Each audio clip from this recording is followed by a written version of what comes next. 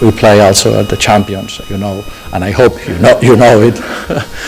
And well, I think there is there are some aspects that are really relevant. So our team, and I think I can say it sincerely, is a very competent team, and one of the extra that the team can offer is motivation.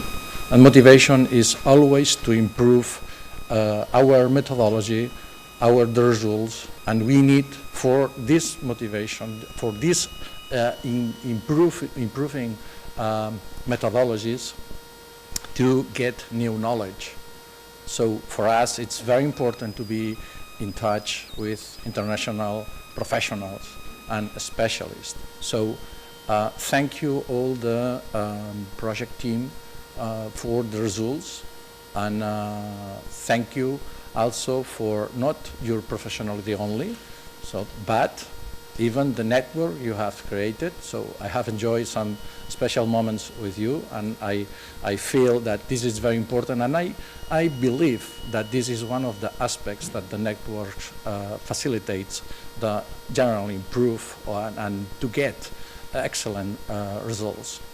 And of course, I will thank also, well, the attendance of the project officer. So this is not usual, and we are happy to host him and to receive him here. Of course, we expect a very good assessment of the project. And finally, I need to thank all the team of the Center for Image Research and Dissemination, but especially David Iglesias, that is the head of the section of photography and audiovisual documentation, and also Elena Noguer, that is our person in charge of communication and dissemination. So thank you to be here, Lizette, that you are here and sharing your knowledge, and welcome to the city. Enjoy the city if you have the occasions. So thank you very much.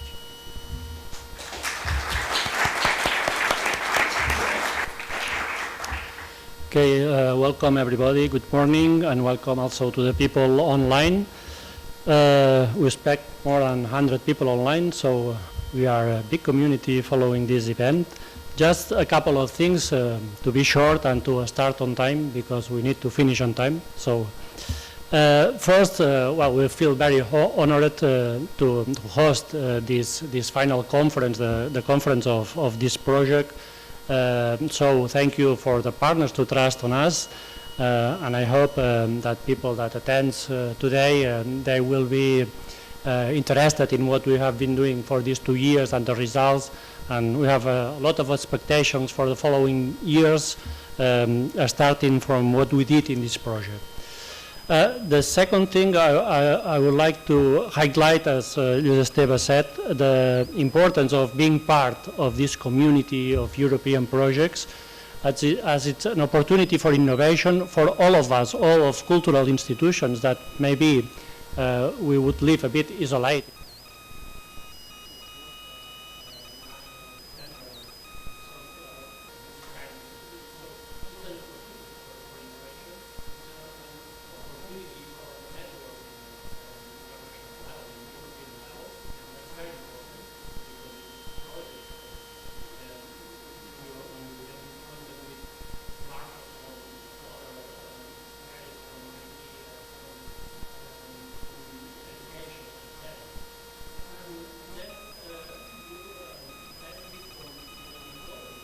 Methodologies that are developed in this project, and we have an experience of more than 12 years on this, and that is a great benefit for our institution. And sometimes you also have tools, standards, etc. That is something that is included in your daily work and is part of what you do. And very important thing, you are linked to Europeana in all these projects. And even if there are sometimes criticisms with Europeana, and that's reasonable, that is this way, but Europeana is the headlight for us. Europeana is always in evolution. Yes. And so linked to Europeana means that it's something that helps very much for the digital transformation of the institution.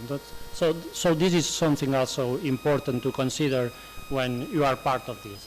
And just to finish and start with the first presentation, I think that cultural institutions, we all have this opportunity. We all can be linked in a way to these projects, and we all can benefit from the results of this project. So I hope that today we'll be able to explain this and focus on the theme that is 3D digitization. So thank you very much, and I invite Antonella Fresev for the first presentation.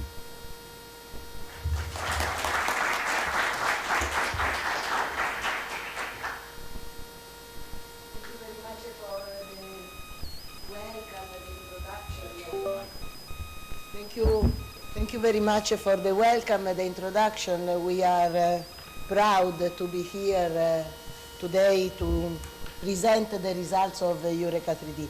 We think, and I hope that I will be able, through my presentation, to demonstrate that we have established a center of competence for digitization in 3D. I think that we have done it. This we measured that it is needed by the cultural heritage sector. We received a lot of requests to test the EUreka3D results, to access the EUreka3D resources for training, seminars, documentation. So we are really offering a center of competence. So this is the result that I hope to demonstrate through my presentation. I stand because I'm short. Okay. So we are reaching the final conference. It is an experience of 2 years. We started on the first, the project started on the 1st of January 2023. In 2 years, okay, so in 2 years we went through the process that you see there in that roll-up. First consideration, 3D is a question of complexity, of quality, of understanding in which direction to go, because it is expensive. It is expensive much, much more than the digitization we were used to have in the last decades. So cultural heritage institutions are not the rich part of our society. They have to spend carefully their resources. So to understand where is this complexity. Second question, 3D digitization is the geometrical shape of objects or monuments with some texture. This is the 3D digitization of documents. But the 3D digitization is a process of representing cultural heritage that is not represented only through geometrical features. There is a lot more, and this concept we are trying to define by defining a memory twin, a twin of the cultural heritage that is not only the digital twin, the representation of the shape and the texture in the digital world. As for the whole cultural heritage sector, the individual objects do not have a sense per se, a meaning, a role in the society per se. Cultural heritage objects and sites have a role in the society if they tell stories about how we arrived to that masterpiece, how they have been developed. So this is the concept of the memory twin. Complexity, expensive exercise, and connection with the context. Well, the project lasted 2 years, as I told you, with the partners that come from cultural heritage, CRDI, the hosting partner of today, Vibract, that is an archaeological center, research center in France, Museo della Carta, a museum in the north of Tuscany, Cyprus University of Technology, and you will hear through my presentation that it has given one of the pillars of our project through the study on the quality of the 3D digitization. EGI, the European Grid Initiative, that started with EUreka3D, a new life in the cultural heritage sector, because we have tried to connect cultural heritage with digital infrastructure in the past years, but it is through EUreka3D that EGI, the European Grid Initiative, the Federation of the European Cloud Providers, entered as a key player into Europeana, into the data space, so it's a new into the collaborative cloud. So it is a new life for the cultural heritage sector meeting with digital infrastructures. Cyfronet, that is one of the federated cloud of EGI. IMEC, the research center at the Free University in Brussels, that has coordinated this dialogue between cultural heritage sector, local administrations, digital infrastructure. So it's a dialogue that needs to develop a common understanding. And the Europeana Foundation, that has absorbed from EUreka3D the contents that we have digitized in a high quality and published on the infrastructure provided by EGI. So we had 3 objectives in mind: to support the cultural heritage institution in implementing high quality 3D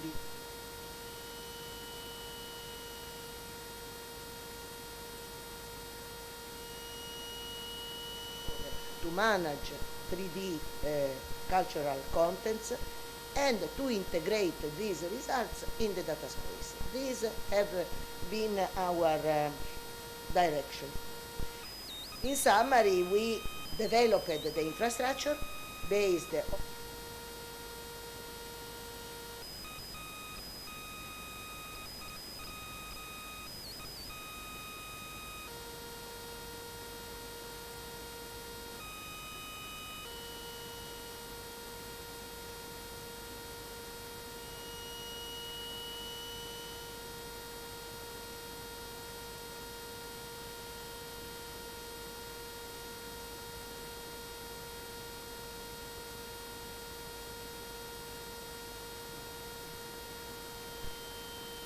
what did we publish in Europeana? We published different types of contents. And for us, this is another value, because it is not only a specific ambit of contents done by one institution, but it is a sharing of good practices. We digitized a boat. This was digitized by Cyprus University of Technology. You will hear later in the case studies a very complex activity that arrived to reuse this boat that is out of work because of the new style of fishing in Europe as a museum. So there is a connection from digital back to the physical world. We digitized the wooden molds, and you will hear from Massimiliano. A piece of wood, what is this? There are a lot of stories connecting Europe through wars and collaborations, important publications. We digitized the beginning of cinema, the first equipments. and we are surrounded by images. And this is one of the most iconic case study in the project, because it is from the cinema that we have faced this relationship with the world that is mediated through a digital, through an artificial representation of the world. And we digitized objects from the archaeological site of Bibracte, the place where the cells of Bibracte called Julius Caesar, the enemy, to defend them from the Helvetic cells. So a story that is telling how in the past this geopolitics was already in place in Europe. Well, our approach was to go from the stakeholders, those who own the content, to the users. I will not enter into all the features and the technicalities of the Data Hub because there is a specific presentation, but I want to say that first, we thought that it was important to have a European-based storage facility, because this is not the case with the Sketchfab. With the Sketchfab, we deliver the contents that is developed with the European money to a company that is out of Europe. And this is unsafe. We established a federated authentication and authorization infrastructure, which is still missing from Europeana, still missing from the most of the cultural heritage repositories. If the investment in producing 3D is high, we have to protect this value. So, authentication, authorization infrastructure, federated. So, if somebody is already authenticated in one of the federated services, then it can enter safely and in the good order into the EUreka3D Data Hub. Persistent identifiers, visualization, you will hear that on the visualization there is an open question. We are still trying to understand if it is one visualization, that one viewer that we need for the whole 3D of a cultural heritage, or more. Of models that should be visualized for different purposes: education, tourism, preservation, sharing via Europeana, and so on and so on. And the integration and compatibility with Europeana, because as clear David said before, we are trusting Europeana as the place where the cultural heritage sector is visible. Everything has been supported through capacity building. We are aggregating contents in the data space through the work of the consortium, that is the one of the accredited aggregator of Europeana. You know that in Europeana it is not that each single institution just uploads the data, because this is another process which is not applied in Europeana. Europeana is a solid registry of cultural heritage, and there are aggregation processes, and the photo consortium is one of these. But EUreka3D ends at the end of December. We have already the continuation. So we are trying to see what to do with these 3D models. Are extensive, they are produced, they are published in Europeana, but we wanted to explore experiences with these 3D models. And we will start with EUreka3D Extra. The dissemination has been very wide, and I invite you to go online and to look at a series of seminars run by the project in collaboration with the International Council of Archives, participating in the European events, really a very wide program of events. Everything is documented in EUreka3D website, so visit the website, because everything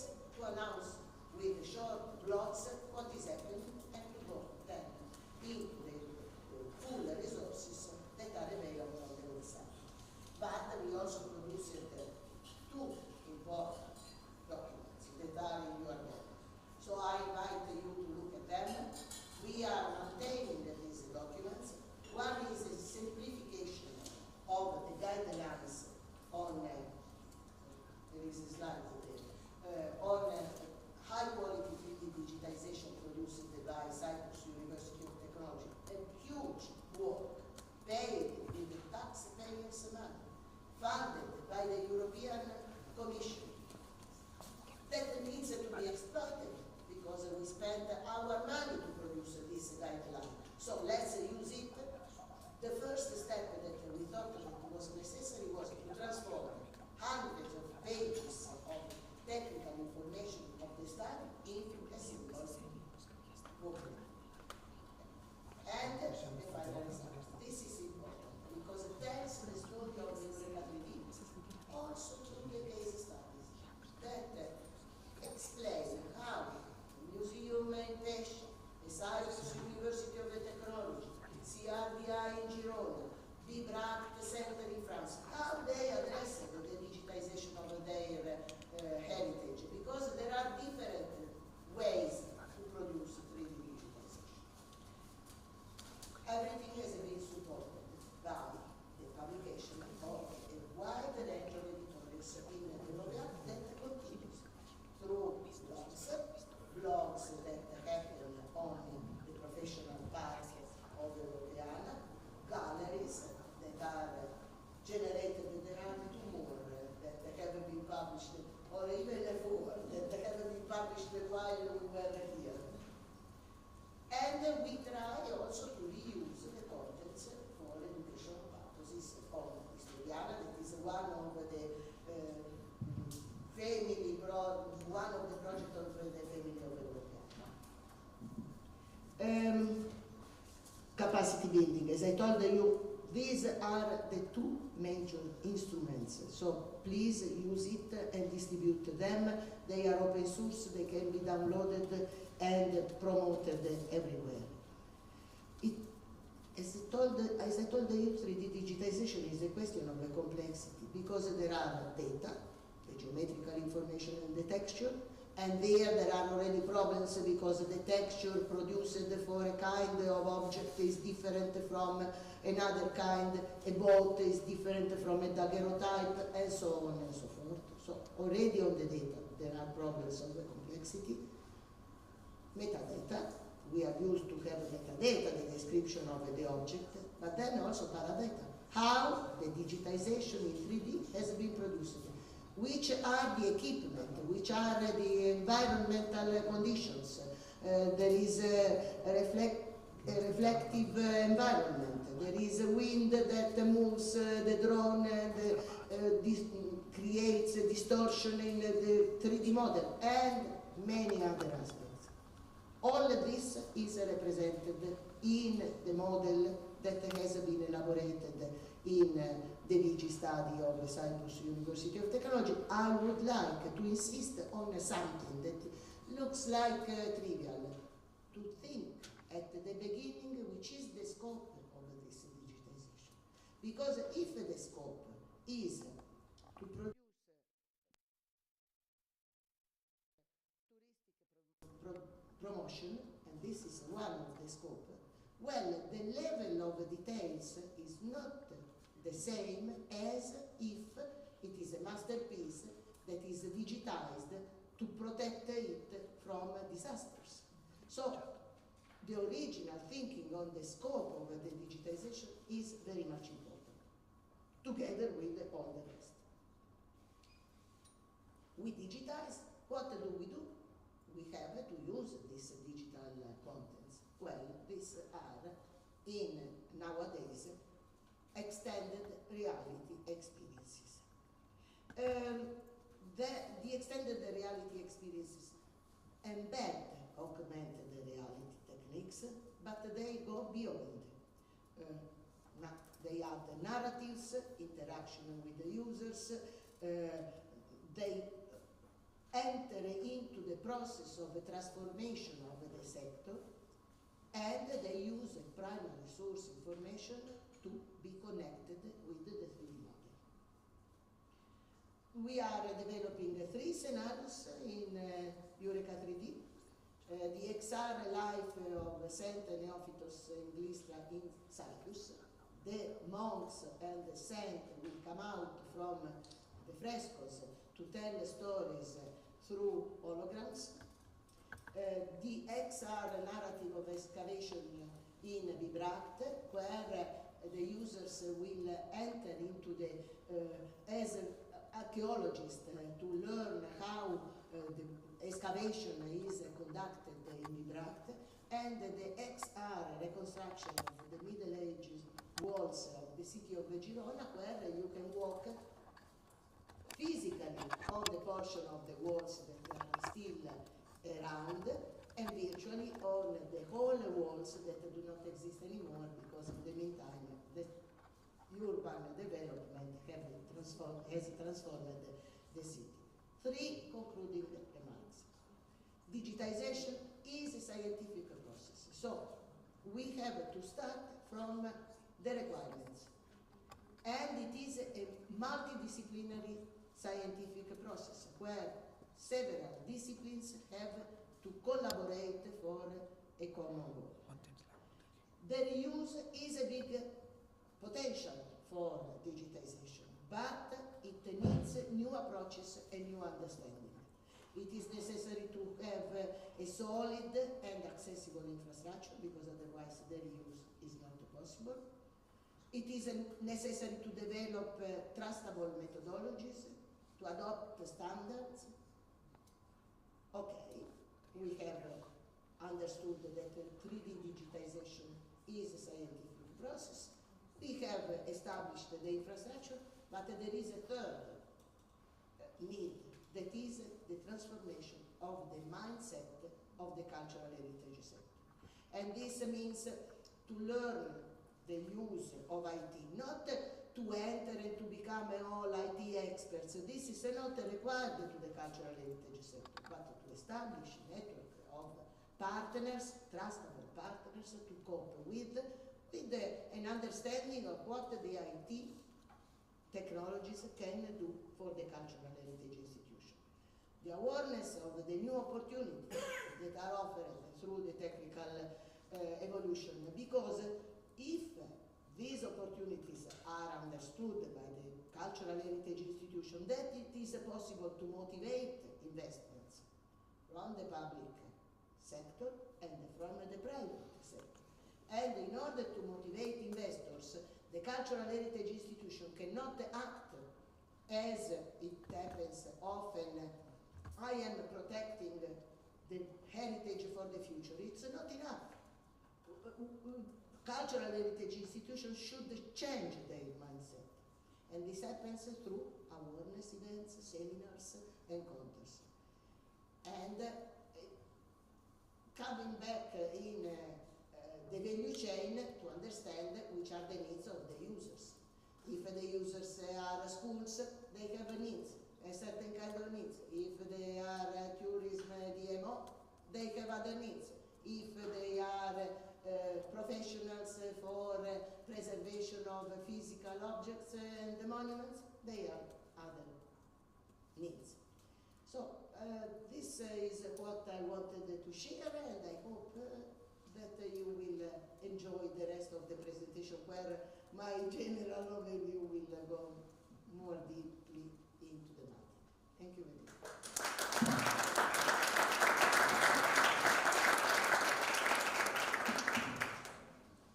Okay, thank you, Antonella. I didn't have time to introduce you. Antonella is Vice President of Photo Consortium, and she's coordinator of this project with Valentina Bacchi. So we move from one superstar to another superstar of the project. In this case, is Marino Ioannidis, very well known in the domain of digital heritage in Europe.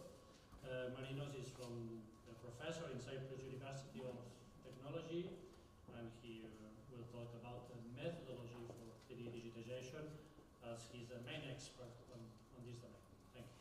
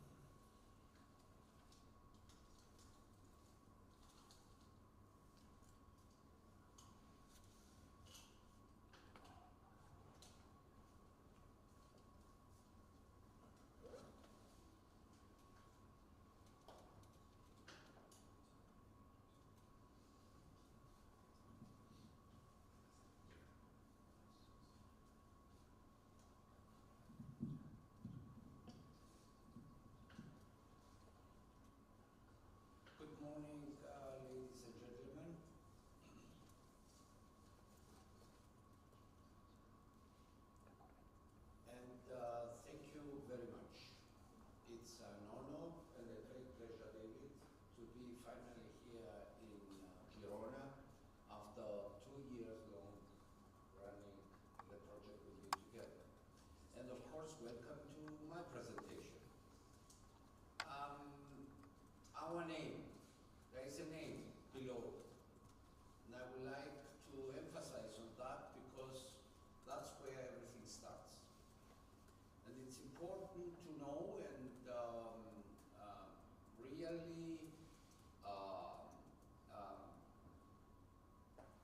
try to understand how it was, how it is, and how it has to be when we are dealing with the past. So our name is Mnemosini. Mnemosini is a very old name. It comes from the ancient Greek mythology, and she was the mother of 9 other ladies. All the 10 ladies together had a certain specific job to do. That's how Greek mythology is. It has been invented. They had a temple. They were goddesses, yeah? They had a temple. And the name of the temple still exists in most of the languages of the world. And this name has again a very key meaning for us, for the project, for the community, for everybody. The name of that temple was Museum. That was the space where the ancient Greeks went to ask the 10 ladies, please preserve for the time to come my knowledge, my thoughts, my wishes, my whatever.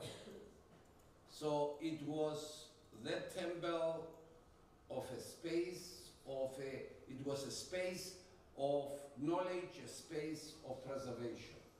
So, and these 10 ladies were responsible, each one of them, for a certain part of the knowledge of the ancient Greeks. For example, Calliope for epic poetry, and I will come back to you. Or Urania for science, for astronomy, mathematics, physics, and all behind. Now, I was a couple of months ago in Luxembourg, in the city of the directorate responsible for the digital agenda of the digital cultural heritage. And there they found a mosaic, which is in the museum in Luxembourg. And you see the 9 muses. One of them is sitting in the middle, in the center, with Homer together. Homer, you may remember, the ancient Greek, yes, who wrote Odyssey and Iliad. And here is where we are. This is a gentleman. And this is what he wrote, the first words of his first very famous book, asking the muses to do what? To keep alive his memory until he will manage to write everything down. Yeah? The entire story, the entire book. So, this is Homer in his book, The Odyssey. Now, what we are doing exactly this, and here photos for the consortium, related also to the job that you are doing. Behind us is the memory of our parents. In front of us are the eyes of our children. Yeah? This is our job. So, and now, why to digitize? Yeah. It has a lot of benefits. Let's start from the easiest one way. Accessibility. We are in the digital century, digital transition. It has to do with the research. It has to do also with the protection of values and identities. You may know that the Carta for the creation of the functioning of the European Union, Article 3, it states clearly we are united because we have something common, and that's the culture. Yeah? Article 165, it says the Rome Carta. The first one, the original, it says, because it's so unique, we need to undertake all the measures to preserve it for the generations to come. And that's what EUreka3D is doing. So, preservation and, of course, supporting culture, creative innovation, tourism, in education, etc. Digitized cultural heritage can be an enormous asset. Depends, of course, and it is the case today, so far as European Union concerned with Europeana. Now, we have, of course, some distractions. The natural-made distractions, climate change, we have earthquake, we have landslides, we have floods. Spain has a lot to say. A few months ago, roads, air pollution, heat waves. We have high temperatures and something where nobody talks about, infrared and ultraviolet waves, fires, which they can seriously damage or even completely destroy monuments, historical and archaeological sites, or cultural landscapes. Ladies and gentlemen, I would like to recall again one very old ancient Greek philosopher, Plato, who wrote 13 books. In his last book, he is explaining a story of an ancient Egyptian priest visiting Athens, explaining to the priest, explain in a dialogue to the Greeks, pay attention, you are stupid. And the Greek guy said to the priest, why we are stupid? How it comes that we are stupid? Because you don't take care about your knowledge, about your story, about your civilization, which is so unique. And the Greek guy asked the priest, yeah, okay, can you please tell us how do you do that in Egypt? Said, yes, of course, it's very easy. If you come to Egypt and if you visit our temple, then you will see our stories are there written. And that's what exists still today. Yeah? And that's how we know about the life of and the stories of the Egyptians. Now, natural disasters. My country from where I'm coming from, this is an official map coming from the department responsible for the seismic activities in Cyprus, and you see the red area. That's the most dangerous. And Cyprus is moving every year a couple of millimeters, unfortunately, direction Turkey. We cannot help it. So, now, and you see where we are focusing and we are digitizing our monuments. Now, human-made distraction, war, political, religious reasons, poverty. Ladies and gentlemen, since the ancient time period, there is no war without the destruction of cultural heritage. And you know why? Demolishing of the identity. So, by digitizing cultural heritage property, we digitize a part of our memory, of our identity. And that's the digitization of cultural heritage, identity. So, poverty, development initiatives, the looting and trafficking of objects that frequently arises out of those contexts is the third biggest black market in the world, if you don't know that. And all this can seriously damage or even completely destroy, modify monuments, historical and archaeological sites, again, as previously. Now,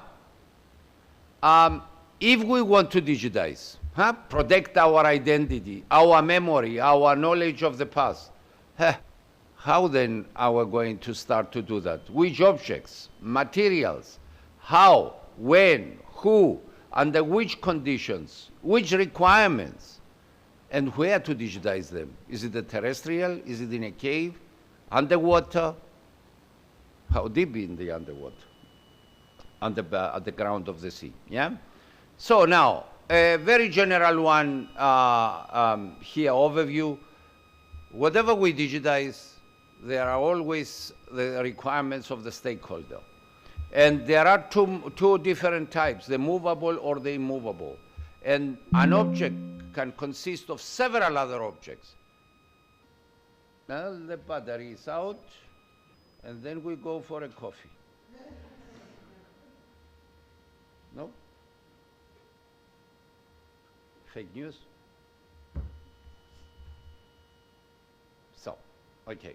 So one object can consist of several other objects, and of course an object has a location, is in certain environmental conditions, is in a lab, is on the site, is in a museum, and at the end of the day, ladies and gentlemen, the stakeholder, the owner, wants only a list of documents, the geometry, the texture, the material, the structural health of the object.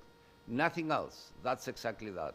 But what is the relation of this with that what Antonella mentioned at the beginning, with this what you see on this roll-up, with this what I underlined earlier in my presentation, about the knowledge, about the memory, about the story of the past. There is not so much about that here, yeah? And, of course, all this, you can have access if you have your mobile ready. You can scan the QR codes, and you can have direct access to the knowledge behind that drawing. Now, I would like to explain to you and demonstrate, illustrate this what I want in my presentation to present by showing to you the digitization of a unique object. This object is coming from the Hellenistic period. It belongs to the Bank of Cyprus Cultural Foundation Museum, and it's a very important object. If you find out, or if you later in a couple of minutes know what is the knowledge hidden in this object, probably you will say, wow, they had that too on that time period, Hellenistic time period, yeah, 2,000 plus years. So we had to take the object from the museum, from the display of the museum in Nicosia, bring it to Limassol. Number one, complexity. It's not easy, yeah? Turn off the alarm, take the object with you, bring it to where? Radiology department of a private hospital. Of course there, shut down the business here with the patients and take action. And it was not just an X-ray investigation, it was even an investigation or a digitization beyond that. And let's see. Here is the result of the X-ray. And it looks that this object in the interior is empty, yeah? And that there are several holes. And the question here is, okay, we have the geometry, we scan it, voila, we finished. No. What was the function of this object? For what reason they produced that, and what it has been, let's say, used. And if you see here now the slides, yeah, the X-ray, documentation, each slide is sending out a message. I'm not going to analyze slide by slide, we don't have the time, but I want to accelerate and give you to distinguish between two very important issues. Here you see the slides coming from the computer tomographer directly to be processed to create or to recreate the 3D structure and send the object directly to the 3D printer. So, ladies and gentlemen, this is what you see here in the very simple one way. That's the digital twin. The so-called digital twin as we know it from the engineering. Ladies and gentlemen, we don't have any idea what is hidden in this object, yes or no? We digitize it, yes or no? And what was the meaning of this, what we said that the project EUreka3D is sending out? It's not only the geometry, it's also paradata, it's also the memory, the values, the identity, and so on. So let's move forward and let's see what it is here. And we found in the museum 3 different objects, 3 different, not the same, similar, yeah, of these objects. We compared them, we did all the analysis inside, outside, and we tried to find out the production technology, how the ancient Greeks managed to produce these very small but tricky objects. We found several holes for what, and let's see. And we found also in the interior all these splines here, all these curves. Do you know what it is? At the end of the day, these are the fingers of the producer, okay, to form the interior of the object. So, and we use XRF techniques. We went even a step beyond the 3D, and of course spectroscopy to know exactly the chemical analysis, the materials, the conditions, but also to investigate. You saw earlier in one of my first images, endoscope. The radiologists went with endoscope inside of the object. We took some samples from the interior and we sent to America. We did even a chemical analysis of the interior of the object.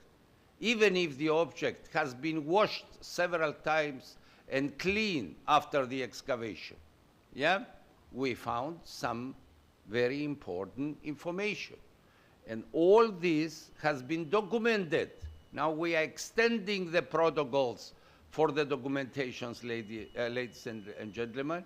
And here the materials are coming out, materials, even the colors, even if we don't see with our eyes the colors on the exterior surface of the object, colors with several very important substances and materials on that time in Cyprus. So the object has been produced in Cyprus. So do you have an idea what this object is? Before I will mention that to you, no, those who know, they don't need to say anything. Those who have, no? So, ladies and gentlemen, this object was a baby bottle. So, for the milk, it has been used as a game, but at the same time as a baby bottle. Yeah? So the baby had 2, to drink and play with the animal. Yeah? So, but here is where we say the science is a science behind the digital documentation of the past. And here is what we are doing. We are starting with the stakeholder requirements. The Museum of the Bank of Cyprus came and said, I want finally to know what the hell is with this object. We don't have any idea. Can you help us with your digital technologies? And that's what the holistic documentation of an object. Holistic, it means not only the 3D, the 2D, 3D, but also whatever knowledge is beyond that. We did it, and we came out with the very, very good results of the model. Now, the project was a very complex one. It was not very easy. Why? First of all, get the permission to get out of the museum this unique object. 3 objects, not 1, similar, yeah? Find the time to get the permission and take it with you with the police to accompany you, yeah? There were unique objects. You will not find them in any other area in Cyprus except on that museum. So they came, we digitized, we did the job, but it was a lot of stress. It was a lot of things to pay attention. And of course, then the accuracy that we had to take into account, the formats, the standards, the transfer, the safety, the security, but then at the end also the long-term preservation of the data and the time availability, yeah? The computer tomographer is not there available for hours, yeah? You have patients. It's a private hospital, and it costs also a lot of money. Yeah? So the team, you need to have the specialists in place, not only the archaeologists, the chemical engineers, you need to have the radiologists, you have to have everything in place, and not amateurs, yeah? So, and the environmental conditions is here for a terrestrial, let's say, mission, or for underwater, or for a cave mission. Here was an in-house mission. And then, of course, the software, the hardware, which has been used to produce, to pre-process, and to digitize and pre-process the data. And this is what we are going later to hear, the hardware and the software used for the pre-processing of the data, cloud computing, and so on and so on. So now, by saying all this is a protocol which we put in place. And this protocol is doing what? It's a certificate. It's a certificate to prove that we did a job in an appropriate way, in a systematic way, so that we can guarantee at least that the findings or the results have of a level of quality. And this quality, so far as the 3D concern, has to do with the point density, with the completeness, with the resolution, with the geometrical accuracy, with the geometrical precision. Have you ever heard about the difference between these two, yeah? Precision and resolution. The texture, the scale, yeah, of the images, the spectral. Here in this case, we didn't need that.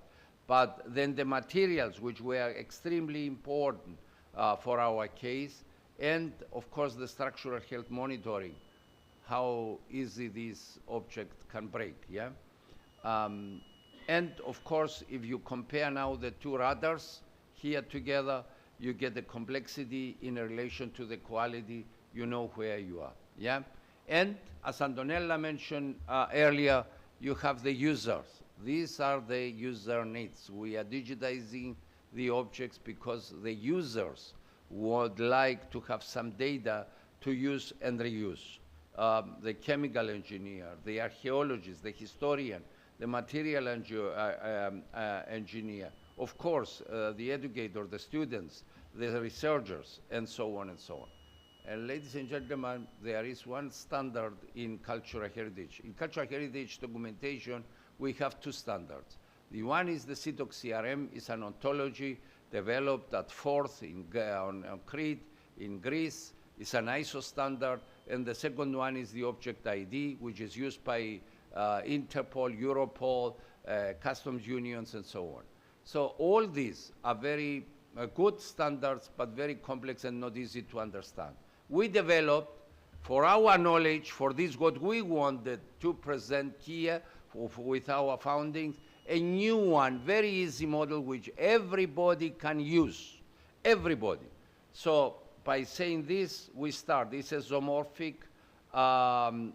reader. It's a tangible object, it's a movable object, has a function, furnishing an equipment container, is a culinary container, drinking vessel, is a reader, and so on and so on. And then if we analyze it, go to the form, of course, morphological typology, it has a size, yeah, geometrical sizes, and here we are with the length, with the dimensions and everything, and of course, the next one option, and so on and so on. So this hierarchical structure of a tree is giving to you what? The knowledge. It's our knowledge graph. It's here where we store the entire knowledge that we discovered, or the know-how discovered in this investigation, in this digitization. By saying all this, ladies and gentlemen, this what we did here is exactly this what it states on the roll-up. It is not only the 3D, it is the memory twin. And that's all about. It's not the digital twin, it's the memory twin if we are talking about humanities. Ladies and gentlemen, very soon, the day will come when we are pass by monuments or sites, and those sites and those monuments, or the objects even in the museum, are going to talk. Artificial intelligence is coming, and it's going to take care of a lot of things. One of that is exactly this. So our monuments, museums, and sites are talking. So the problem is with us. Do we understand them when do they talk? Even now they talk. If we pass by, they have a story, they have a memory, they have a lot to say. We cannot hear them. We don't get the message. It's as if a Chinese is talking to us, yeah, what we can hear. Exactly, just only the noises, yeah? The audio. How the digital era can contribute to a better understanding, access, preservation, and protection of the history of mankind. That's exactly the greatest challenge that we are facing at the moment on digital cultural heritage, of the documentation of the past. So information, paradata, metadata, together with the data, with the geometry and all this, materials and so on, is giving us the knowledge, so the intangible and the tangible together, ladies and gentlemen. And why we do it at the end of the day is not only because of the protection, it's not because of the preservation, it's because of this what the United Nations say, the Sustainable Development Goals. It's starting from up, going down, for the economy, for the society, for the biosphere. And having in mind this baby bottle, the baby bottle is contribute to all of this, believe it or not. But that's another one presentation. Ladies and gentlemen, thank you very much. It was a pleasure, David. And that was the best presentation because directly after my presentation, the coffee breaks. Thank you, Marinos. It was so inspiring and clear for this project, for understanding this project. Now it's time for coffee break, and but at the same time you have the opportunity to have a look at the virtual glasses that Girobol took with them. So if you want to have an immersive experience, you go on the left and you will find them. And we start again, and for people online, at 20 to 11 sharp, okay? So enjoy the breakfast. And the object is in Europeana too.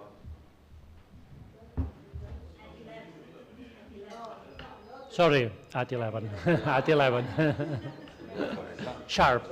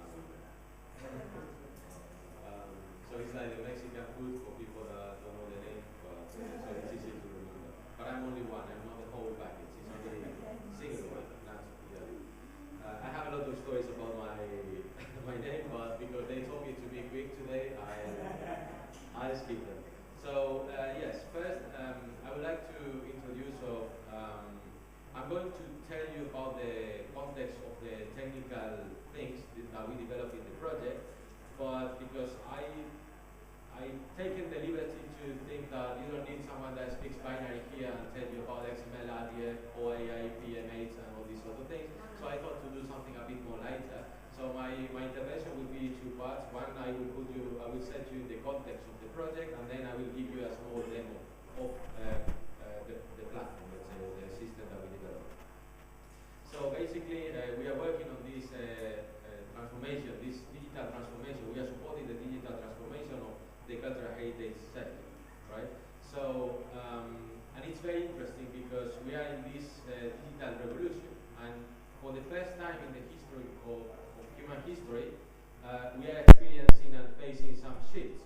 So, whereas in the past, that makes a unique situation compared to the previous revolutions in human history. So, one of them is that all the past revolutions were based on were driven by one technology change. So one technology changed the world. Whereas now we are experiencing this with multiple technologies that are working. A second shift is also the speed of the change. So previous revolutions were slow compared to what we are experiencing now. So now everything is very fast. So the cultural heritage world needs to adapt to this speed and be able to get the train in the digital transformation to go to a good port. So to give you some context, I always say that it's important to explain how we do things or what we did in the project, but also it's more important to say why we did it. I think this has been basically covered in detail by the previous presentation, and those are the ideas that we presented before, and I learned them from Professor Marinos Ioannidis. So, but basically, I want to highlight that this has an effect of the technology and the technological decisions that we took in the project. So, what we did in the project is following these two unique ideas that the EUreka3D project have developed in an innovative way. I don't think there are many projects in the world, and Marinos might say that this is the only project in the world that is working with these two premises. One is that we are not trying to digitize things for the sake of digitizing. We don't want to get just the geometrical structure of something and capture it and put it online. This is not the objective. The objective is to work on the memory twin, the memory of the object, as Marinos said. Is the history what we are interested in. Not only to create this 3D object that we can share with the gaming industry or with professionals around the world. And the second one is that we use paradata. And paradata is very innovative in cultural heritage, at least in this context. And we need to not only document the information about the object, but also the information about the digitization process, how we did it. And this has an impact in the quality of the object. So these two reasons that we saw here are leading the developments that we did. So how we did what we did. So I usually like to start with this graph because it describes the workflow from start to the end. So you can see there are three phases: the capture, the cloud, and the delivery. So the capture is what Marinos explained before in his presentation. I think he was brilliant presenting these ideas. So it all starts with the physical real object, and it goes through a digitization process by using cameras, sensors, and so on. We get to these three types of, let's say, data. So we have the data that includes the raw data with the 3D, the 2D, the images, everything related to the model. We have the metadata, that is the information about the data, so basically information about the object and the real object as well. And we use EDM, the Europeana data model format, to store this information, which is an RDF, is based on RDF XML, so web of data. And then we store paradata as well. Paradata is, as it was explained, the information about the digitization process. Then we go to a second phase, that is the cloud, and this is where we enter the technological part of the project in this respect, because we are talking about EUreka3D Data Hub. So this EUreka3D Data Hub is the system that we develop as a solution to cope with the needs of our community. And you can see here three components. The first one is authentication and authorization.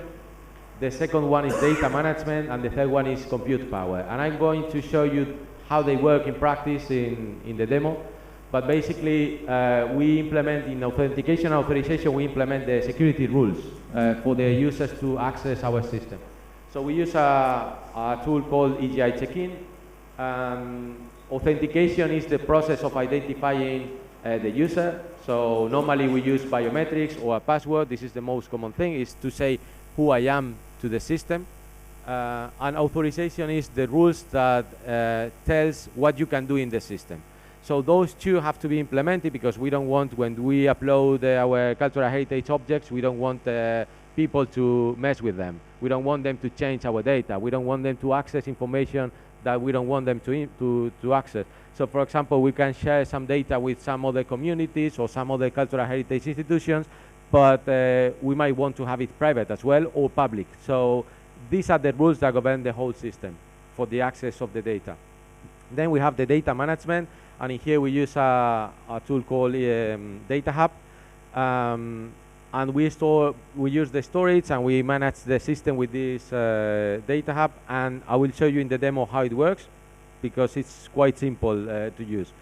And then we use another component that is the compute power. Those are virtual machines, servers, that we deploy to run specific processes that we need for the project. So basically we need, as Antonella said before, we had a viewer or visualization options, and this is the one that is in charge of making the bound with the visualization.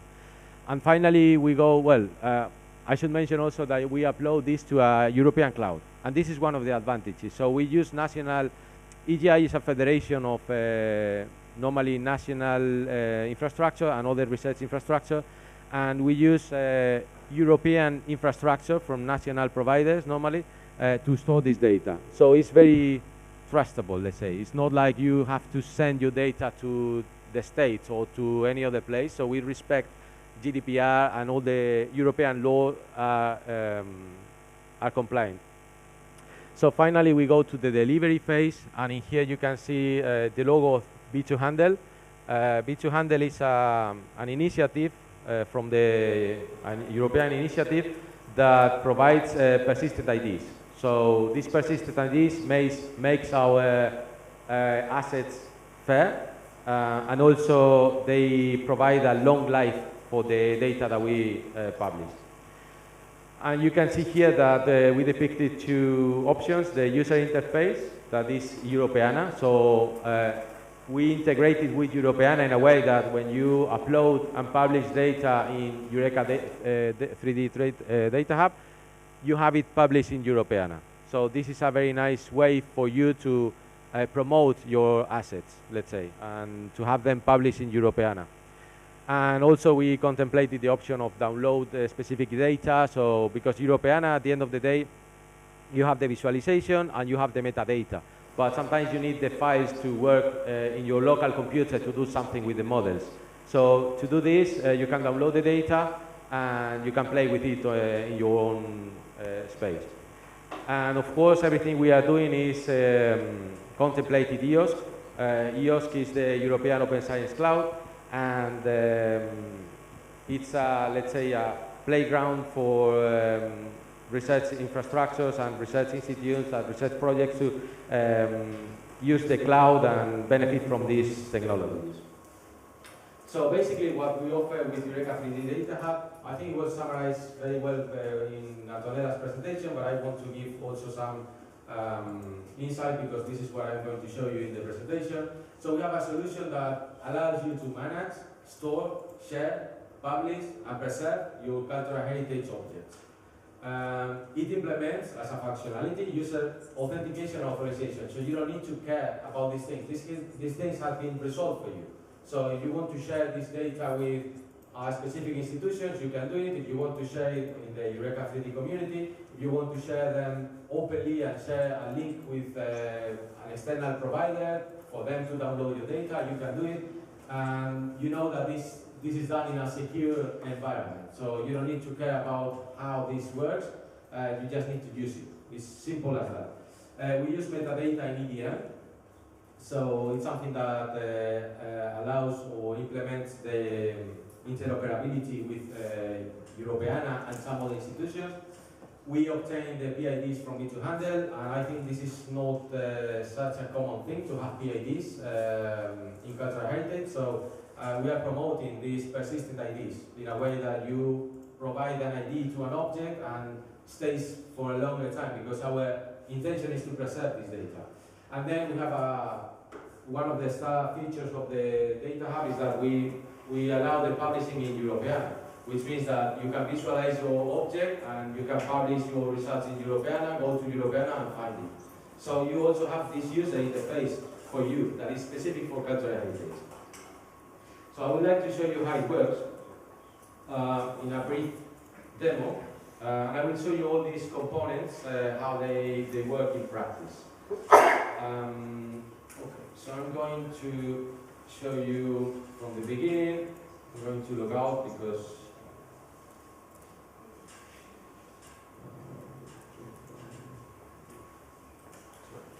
it's working. No.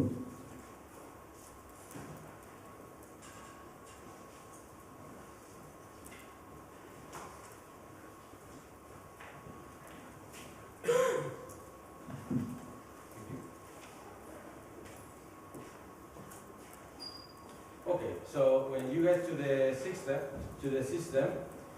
you will see here the sign to login, and this is what I'm going to do. So this is the first component. This is the component that is going to authenticate me to say, okay, you are able to get in or not, and assign me the permissions. So basically, we have here, this is check-in, and in here you can use any institution coming from Educate, like for example, if you were at the University of Oxford, you can go to here and log in. Otherwise, you can look for your institution here if it's in Educate. Normally, most of the research institutions are here. And then also you have other options to log in. So you can use Google, ORCID, LinkedIn, and any other option. So this allows you two things. The first one that I think is important is that you keep a single identity, digital identity. So when you try to log in here, the system knows that it's you. You don't need to create another password that you need to share with EGI, because why should you trust EGI with your password, right? I mean, yeah, we are trustable, but you don't, I mean, it's a bad experience. You don't need to share your password with your boyfriend or girlfriend. Don't do it, please. Yeah, keep it for yourself. So it's something that it's good to not to share your password. And by using this process, if I go to Google, I don't need to share my password with EGI. So Google is going to authenticate and say EGI, okay, this person is who claims to be, you can go in. So the authentication goes through Google, Oxford, or whatever institution you trust. Normally your home organization, we call it, is the institution where you work. So this is something that is nice. And also you have SSO, which is single sign-on. It's an option for you to log in once and stay logged in. So for example, I was able to access so I have to log out before, and I was able to access because I already logged in before. So you don't need to log in again. I'm going through the process now to show you how it works, but normally you don't need to do it several times. You just do it once, and then you remain logged in for the whole of your history. Well, not live because it expires after 6 hours or something, so there is a security measure. But live's not the password. So yeah, I log in here and you can see the system. We have the data space of EUreka3D here, and then you can see some files that were uploaded in the system. For the demo, this is the real system, but for the demo, I'm going to do some changes in our testing environment, because I don't want to mess anything up. Also because if I do something here, it might create a real PID, and this is not something that is desired, because PIDs are supposed to last forever, so, or as long as possible. So yeah, I'm going to avoid the creation of this. So this is the testing system, which is exactly the same, but with some limitations or some differences, because it's for testing, basically. So you can see here the testing space of EUreka3D in the same way, and I'll show you how you can create the information.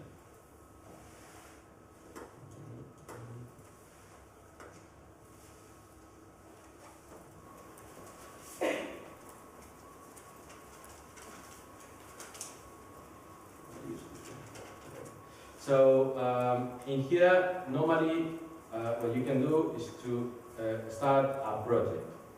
So when you start a project, you just run this process that you give a name. It could be, I don't know, cathedral.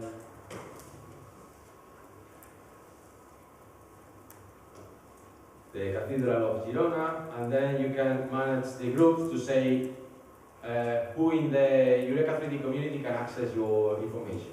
So in this case, because this is the testing environment, we don't have everyone here, but in the real environment, you have all the institutions that belong to EUreka3D, and you can set up and say, okay, this institution can access my data or not, and you can share your data with other institutions within Eureka.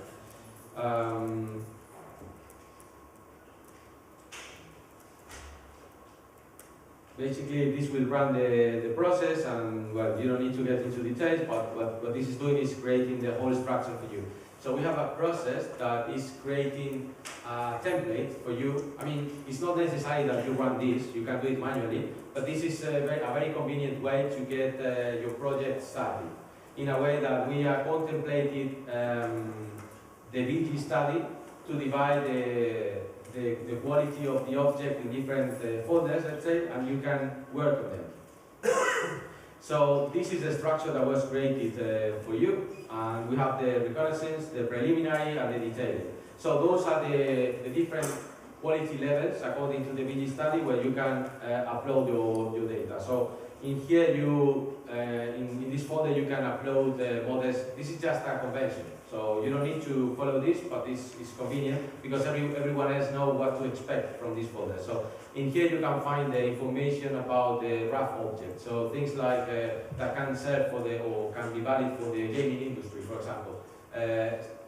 When your models are not detailed or as detailed as they could be. And detailed is the highest quality possible for your model that you upload here. Preliminary is something in the middle. For this, I would recommend to check the VG study because it is all explained there about the quality of these things. Then we have paradata, where you can upload the paradata of the digitization, and then we have a folder called viewer, that is where we normally input the files that will go to the viewer. So inside here, you can organize the data as you like, and the way you do it is very simple. You can just drag and drop files. So for example, I have this and I can drag and drop and it's uploading, so it's as easy as this. You can even drag and drop folders and create the whole structure. And then you can organize your data as you like. So you can say, okay, I want a new directory and I want a chemical analysis.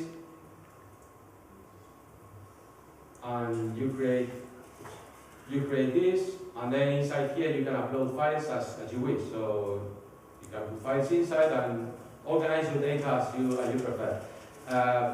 You can also share the data from here, so you can say share, and then you get a URL that you can share with other institutions and other people, so they can go and access your data and see the files that you have here. And also the most important part probably is the publishing. So for the publishing, you go here and you publish as open data record. So this is another sort of shape. And then you go through this initial process that you need to choose which service. So this is to get the PID from B200. This is a testing account, so it's safe to use. And then you use the metadata format. In this case, we use Europeana data model. So we are going to share this object. We put the object in a zip file, for example, your 3D model, and now we want to share it with Europeana. The way we do it is that we go here and we describe the metadata of the object. And for this, you have two options. You can go directly through to this form. That is an easy form to put the values of in EDM format of the model. So, for example, you can say it's made of concrete. The title. You can fill in here some of the details, right, about the object. And this is all EDM. I don't want to get into much detail, but it's basically based on EDM. And apart from this visual form, you can use the XML if you have advanced knowledge to do it, and you can change it directly here. You will see that this is reflected also in the form, and you can directly modify the EDM file or metadata in XML RDF. So this is just if you need, for example, to do some advanced things that is not contemplated in the form, or if you have another tool that is providing you the EDM, you can use it and copy paste it here. Once everything is done, you publish and it's done. So I'm going to show you how it looks with a real object.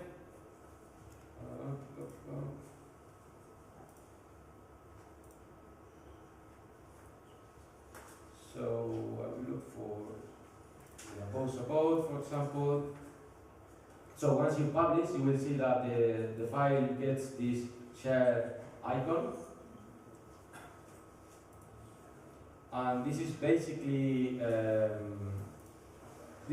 what you get. So it's the metadata that we filled in before, so you can see here with a real example. The Lambosa fishing quarter, the description, category 3D, it's made of wood, but it should be here, so those are the links.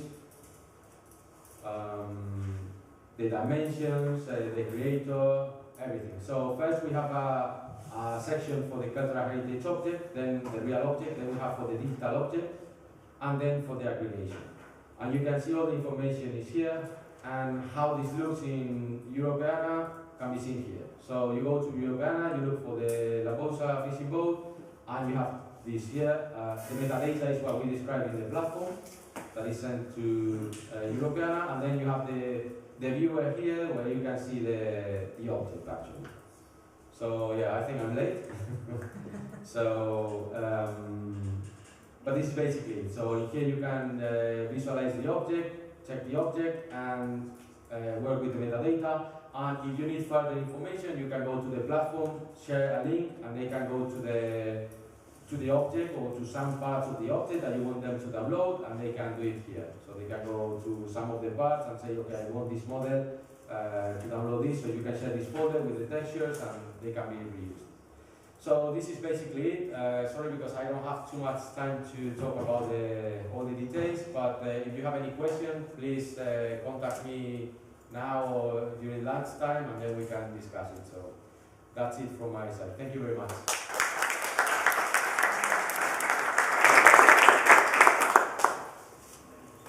Thanks, Nacho. You were perfectly on time.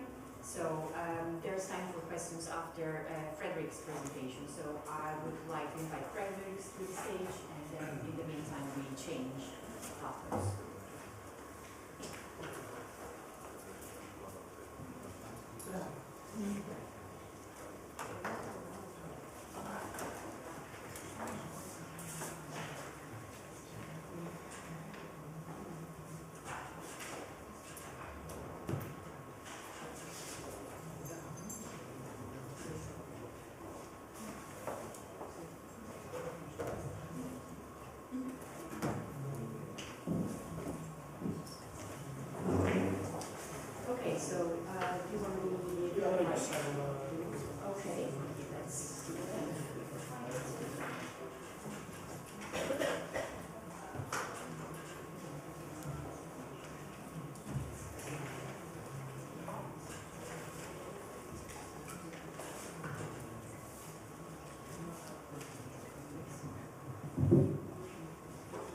Perfect. So coming from the back, we have here Frederick from EMEC. And EMEC in the project is dealing with formats and authenticity. So Frederick, please. Thank you for the introduction. And so yes, so my presentation will be about media authenticity, the role of standardization in that context, and then also some of these implications, in particular for 3D. So first of all, let's start with 2D, with an example of two very high quality, very high resolutions, digitizations of the Tower of Babel by Girona. And you'll notice, even on the projection, it's even more visible on a normal scale, but even on the projection you can see there's quite some differences between the version on the left and the version on the right. And there might be different explanations for that. So As you know, this is a painting, and it's a dynamic object that changes over time. The colors of the paint might fade, and there might be cracks in the paint layer. So many things happen to an object over time, and it is several years in between two digitizations, the result will be different. But in this case, we know that both captures were taken more or less at the same moment in time. And if you look closely, like colors are quite different, and even some little details with respect to the shape are different. Now, to make an assessment, you need to know under which conditions this painting has been digitized. And for the version on the left side, there's a lot of information available about the camera that was used, the lighting system that was used, the lenses that were used, all of the software that was used for processing, and so on. The one on the right, we know that it comes from Google, and there's a little bit of information of the equipment that they typically know, but they don't share any details about specifics about the circumstances, the lighting, setup, and so on. So, why does that matter? So once again, it's a static capture of a dynamic object. So it's a capture at a certain moment in time of something that changes over time. And there's also specifics about the object. So typically we think of a painting as a 2D object, but in fact it's a 3D object. It also has a shape, and that means that the digitations that we have seen are a 2D projection of a 3D object. And all of the circumstances, such as the equipment that was used, the practices, the actual setting, the environment where this painting was digitized, all the software that was used for processing, all of these elements will have an impact on the final result. And so why does all of this matter? Because if you want to make any scientific assessments about this object based on the digitized version, you need to know the exact circumstances under which this digitization happens. And if there's one common aspect between all of the presentations that we've seen so far, one topic which is coming back and back, then it's paradata. This paradata documents all of the information about the context of the circumstances under which the object was digitized. The equipment, the people that were involved, everything. And it is a means to provide transparency about those parameters which determine the final result of the digitization. Now, these days, it's also becoming a little bit more complex, but because there's also the rise of AI. And this is an example, it's a trivial example, it's a Mona Lisa manipulated by AI in a trivial way. Here is another example where it's basically just done in Photoshop. So Photoshop also has a lot of AI-based tools in it. And you can extend the background of a photo or of painting. So in this case, Photoshop extended the background of this painting, and this is the result. Again, all of these examples are rather trivial, but it's not always that trivial. So AI these days is used for any type of processing. You can use AI to denoise images, to change black and white images into colored images, and so on. Many of these applications are actually very valuable applications. Also in 3D, for example, often AI is used to render a 3D object based from the 2D captures. But the problem is, of course, that it becomes more and more difficult to distinguish between what is real and what is fake, and where is a line. It's a thin line between what is real and fake. If you look at the photos that you capture with a smartphone, for example, all of these photos are, to some extent, manipulated or enhanced, depending on how you look at it, by AI. And then the question is, if you want to provide transparency, what can we do about it? Because this AI-generated content can have several implications politically, economically, and so on. So one of the common solutions is to use, again, AI, like deep fake detectors to detect content that has been generated by AI or manipulated by AI. There's one big issue with such an approach, and that's the cat and mouse nature. So you're basically using AI to chase AI. So the detection methods, they get better and better, and many of them are actually quite good at the moment. But the methods that are used for generating this content are also getting better and better. So you continuously need to update these, and on the longer term, that's not really a viable solution. So for that reason, we believe that in the future we should go in the direction of having verifiable provenance information about the digitized capture. So all information that we just talked about, the basic metadata like the camera, time, location, and so on, should be linked somehow with the actual data. We should go much further than that. It's not only about typical metadata which you currently find in cameras, but also about all of this paradata that we talked about, as well as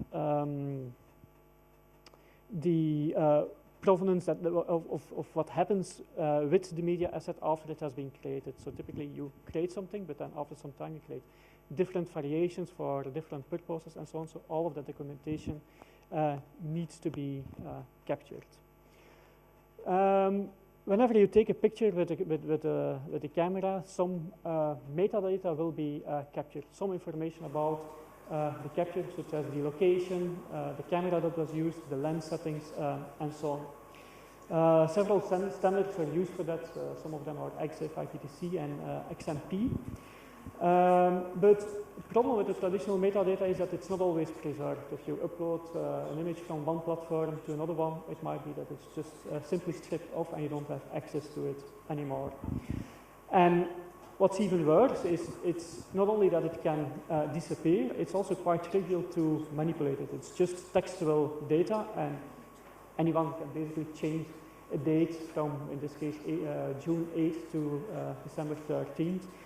It's a trivial process, and you don't have any means to actually see that that data was changed. Now, that doesn't mean that this traditional metadata doesn't have any meaning.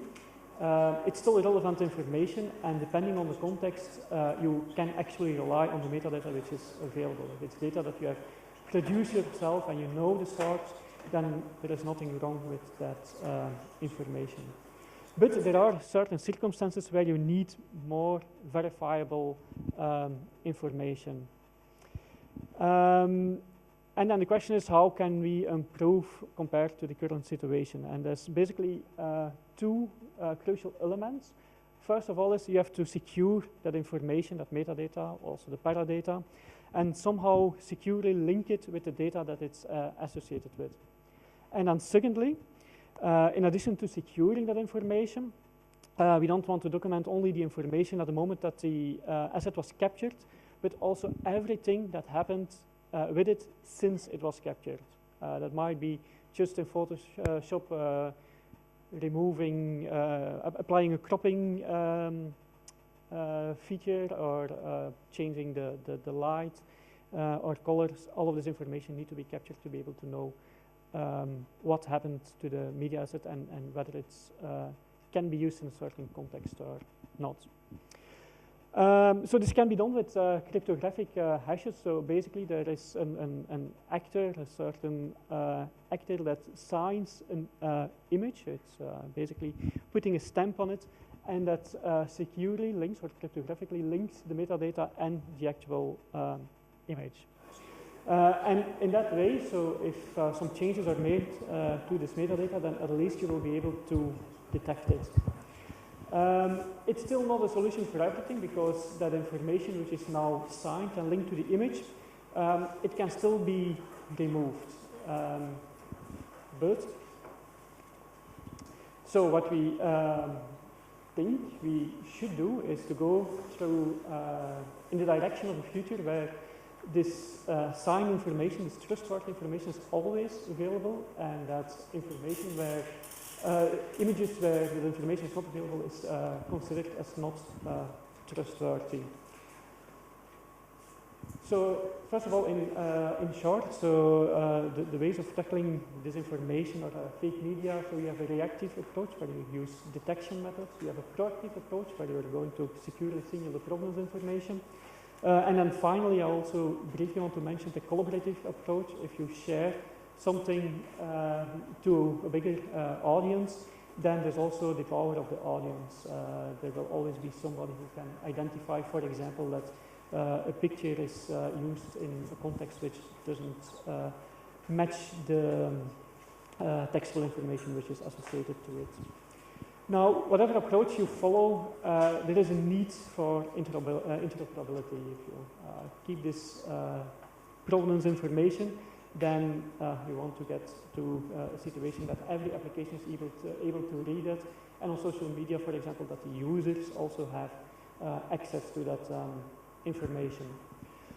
So for that reason, for some years now, we have been working on a standard which is called JPEG Trust. It's developed by the JPEG Committee, which is a standardization committee under ISO, the International Organization for Standardization. And it is a framework that aims to provide more transparency related to the provenance and the authenticity of media. Now, you might wonder how can a standardization committee say anything about whether something is trustworthy or not? Well, basically the answer is we can't and we don't. So assessing whether something is trustworthy is still something which is up to the end user and which also depends on the specific context. And just to illustrate that, here is an example of an image of a car with some damage to it. So if this would be my car and I had an accident, if I share this image with my family and they know that it comes from me and they can verify that it comes from me, they have no reason that they would doubt that this image is real and that it's a correct representation of what has happened. If I would like to use that same image to share with my insurance company, for example, or to use it as a proof in a law case, then maybe they would like to be able to verify some additional information, the exact date, the exact location, whether it's authentic, whether no changes have been applied to it, and so on. And only if these conditions apply, then the insurance company will consider it trustworthy. So depending on the context, the answer to the question whether something is trustworthy or not differs.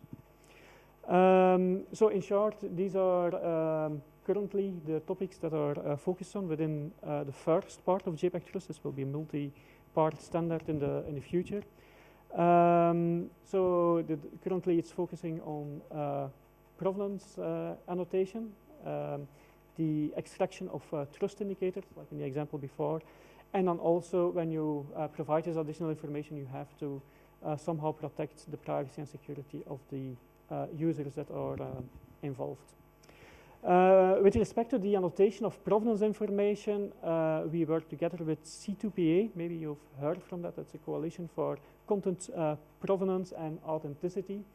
It's a standard that does exactly what I've illustrated before and which is currently gaining quite some market adoption.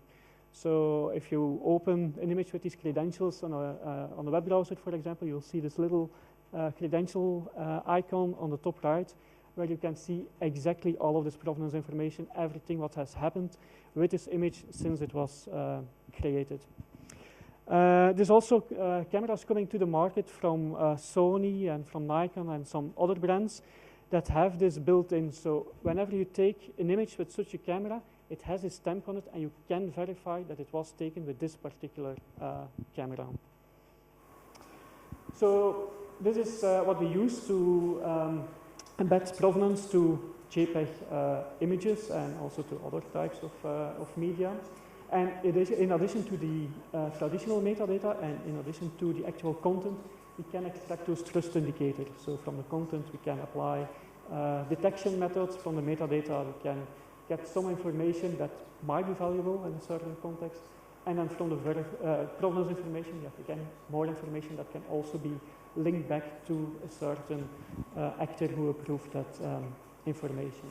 And then based on these trust indicators, you can make a profile. So like in the example, I can have a profile that I trust everything coming from my family. That would be my personal profile. but the insurance company would have a totally different profile. So that's just very briefly giving a glimpse of what's coming related to authenticity and with respect to standardization. This particular standard, so the first part of JPEG Trust, is being published by ISO as we speak. So it might be available as an international standard any day now. Hopefully still this year, but otherwise it will be the beginning of next year. And that's a result of many years of work, and still lots of work is still to come to extend it with more functionalities. So to end this presentation, I want to give a little bit of a sneak peek in some other topics that are going on in terms of media representation and that are relevant in 3D. And first on the list is holography. So currently, if we capture 3D content, mostly that's based on reflection of light. In holography, you're not capturing a reflection of light, but you're capturing diffraction of light.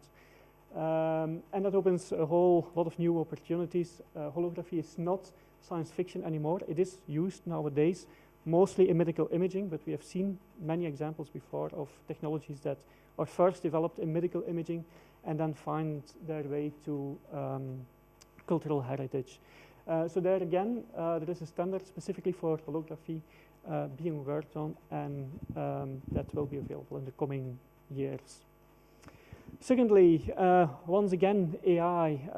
AI plays a big role in generation of data, in manipulation of data, and improving media, but also in compression. It's one of the first time that there's a new methodology for data compression, which again raises the bar and what can be achieved, and also in terms of functionality that can be provided with it. It's the first time that you can have a representation of a media asset which can actually evolve over time. So the way it is rendered today might be different than it can be rendered in the future. So in the future it could be potentially rendered with a higher quality than it is rendered today. And then finally, storage in DNA is also something which is in the work. So we all know DNA as the building blocks of ourselves and any form of life. But DNA can also be synthetically generated, and this synthetically generated DNA can be used to store data, which is something that has multiple advantages. You can store DNA for many, many years, or even many millenniums of, or even millions of years. So for archiving, for example, that's also something which is very exciting and which is actually being worked on today, and it will be available in just a few years from now. So all of this is just a sneak peek because I don't have more time, but in the EUreka3D project we have organized several webinars where we have the ability to go a little bit more in depth on these topics. So here is a list of those webinars, and all of these have been recorded, and you can find the video recordings of these webinars online if you want to dive deeper into those topics. So that's it from my side. I thank you for your attention.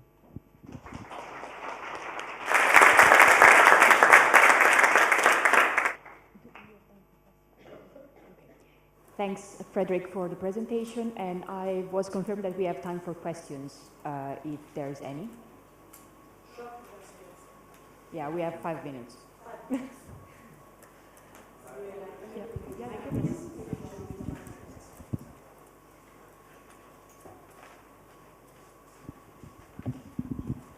You described how we all know that metadata can be stripped or changed. The provenance data, can that also be manipulated in the same way? Is there any way that we can make it secure, unchangeable, immutable? So using this protocol that I described, so both JPEG Trust and C2PA store the provenance information in such a way that if it is manipulated, that you can detect it. So if any change is made, you will be able to identify that it doesn't correspond with the original data. So that applies to the provenance information, but also with the metadata, which is stored according to this specification. Yes, yes.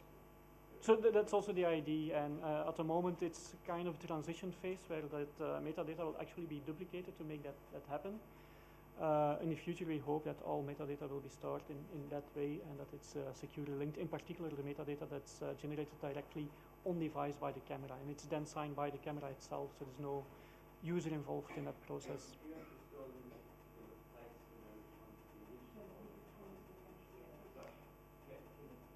Sorry, Helena, put your arm on. Do you have to store that JPEG in a particular place for it to know which is the original and which is like the subsequent copy that's been changed? How does it know which one's the original one, which one's the fake? So you start, for example, from an image that comes out of a camera, and it has everything that all the metadata that's produced by the camera. If you then make a copy of it, it still keeps that information, but the moment that you make any changes to it, it adds a layer on top of that.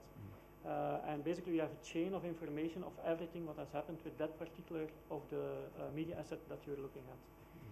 So if you have a version, so you take a picture with the camera, for example, that's everything signed by the camera. Then you apply some filter to it to improve the colors a little bit. Then the software that you're using to make those changes will add a new layer on top of that. And that happens every time that you make a modification.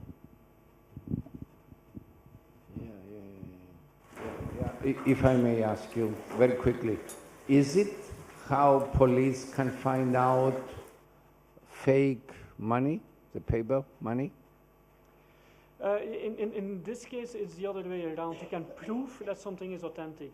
Yes. So if you have something like the image for the insurance company, it's one of the typical examples. You can prove that it comes like it shows directly from the camera, and that not any change has been made to it since it was created. The other way around, if you have an image and you don't have that information, you still rely on detection methods to see whether potentially software like Photoshop has been used and so on. So at this moment, we still mostly rely on the reactive methods, but we hope in the future more and more we will be able to rely on the proactive methods. Okay, so thanks so much to all the speakers in this session, and it's time for the next one, so thanks.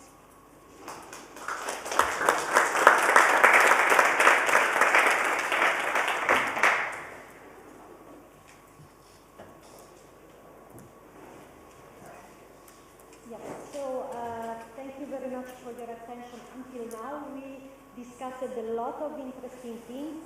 And now what I would like to do is really to dive a little bit more in these 4 use cases that we developed in the course of this project for the digitization of this heritage collection. I would like to invite already on stage Vincent and Panayotis, because you will be the first speakers, and then we have the other 2.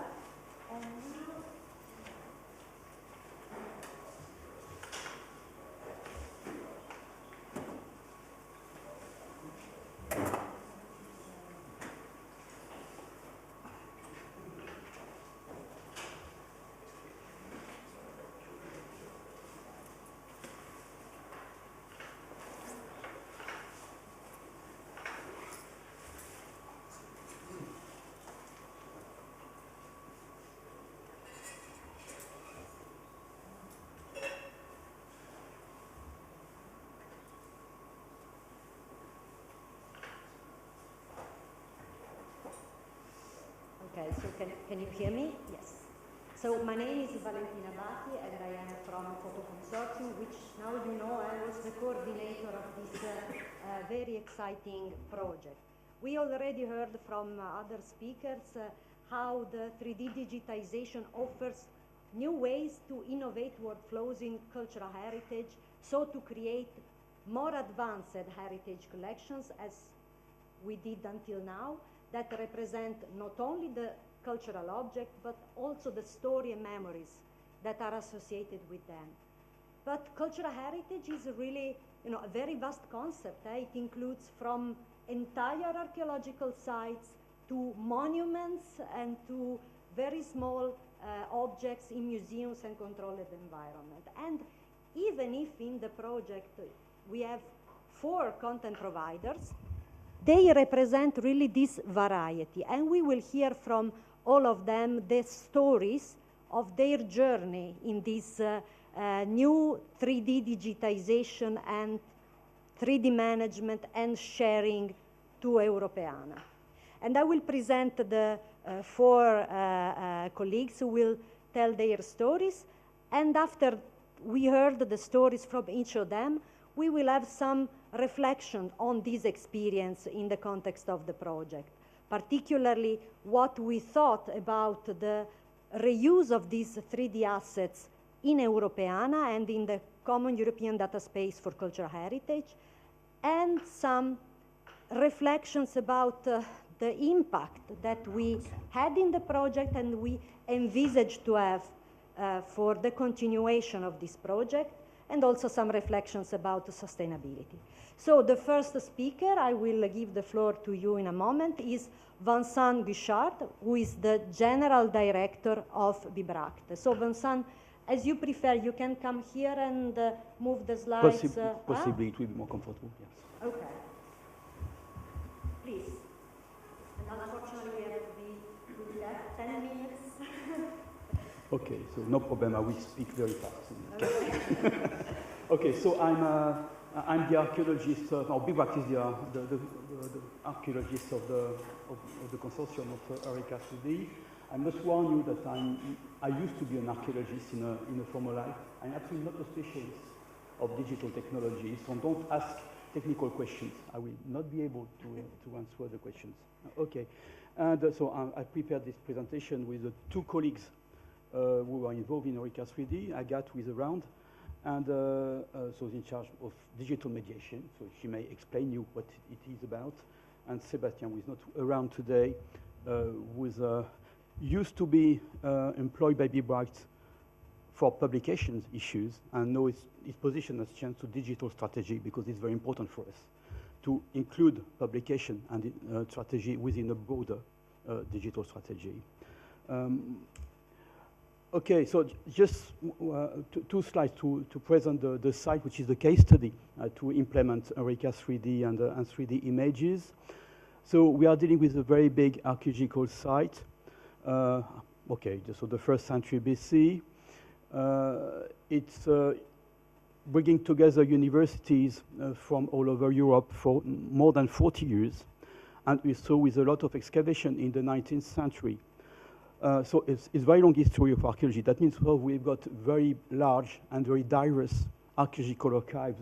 So a sample of documentation, which is very representative of what we can deal with in terms of archaeology. A lot of paperwork, analogic photographs, especially for the 19th century, but also for the late 20th century, and more digital contents.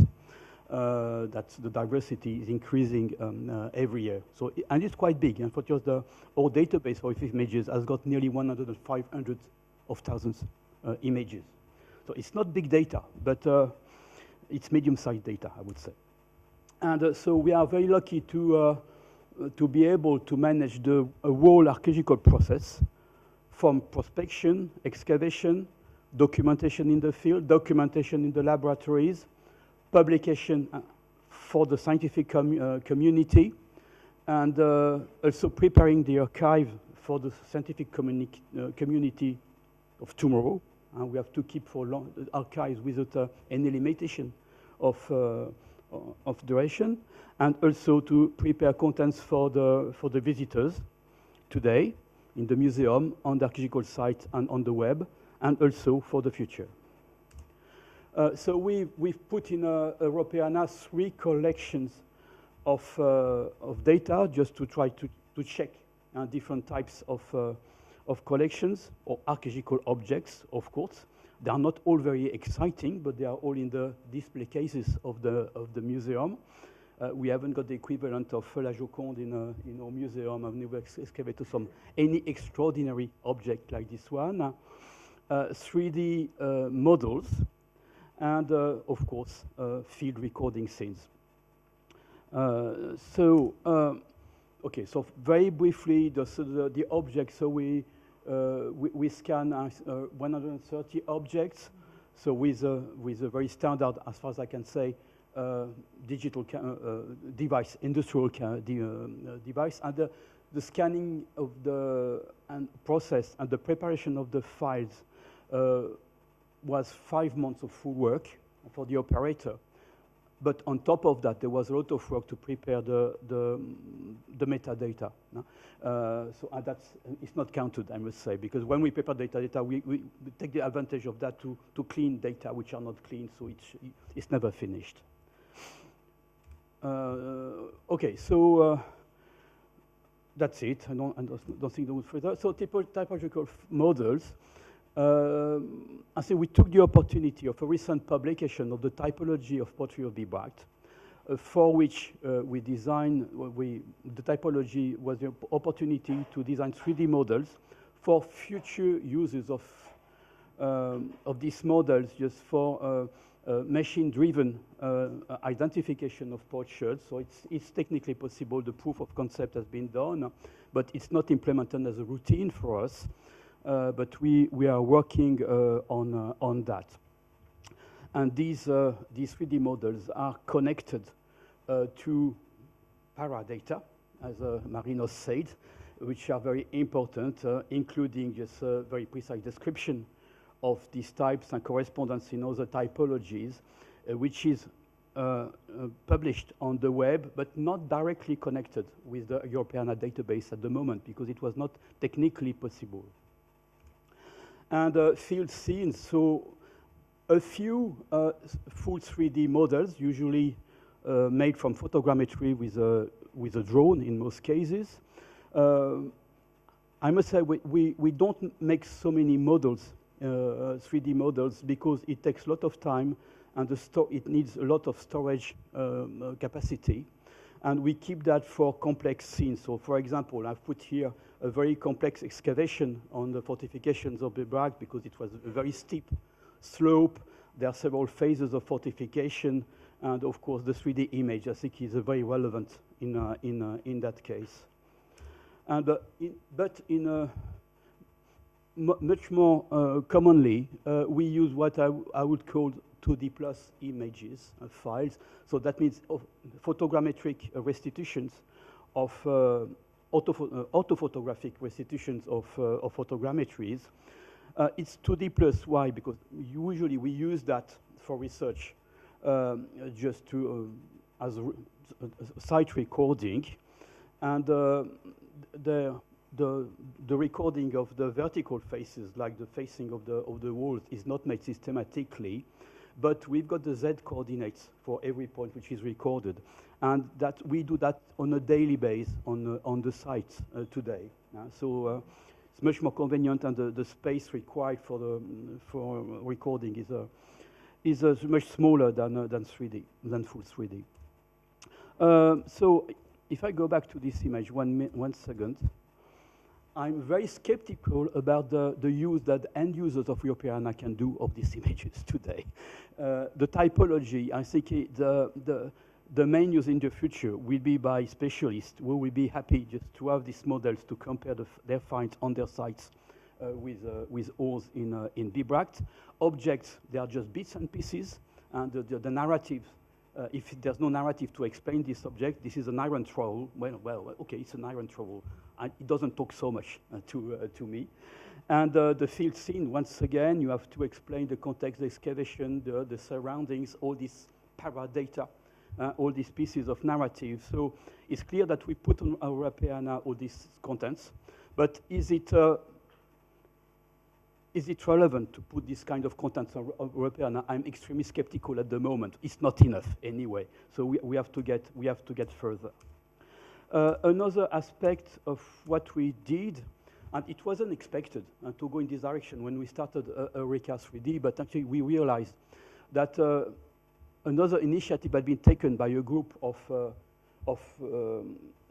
colleagues in French research, especially in archaeology, to develop standards for the recording of 3D models. And so they developed a repository and a data hub on their side, and they were very keen to come and to play with the EUreka3D community without being given back any single euro, so we were very happy of that, and they are still. And so instead of putting our data directly into the hub, we made it a little more tricky way.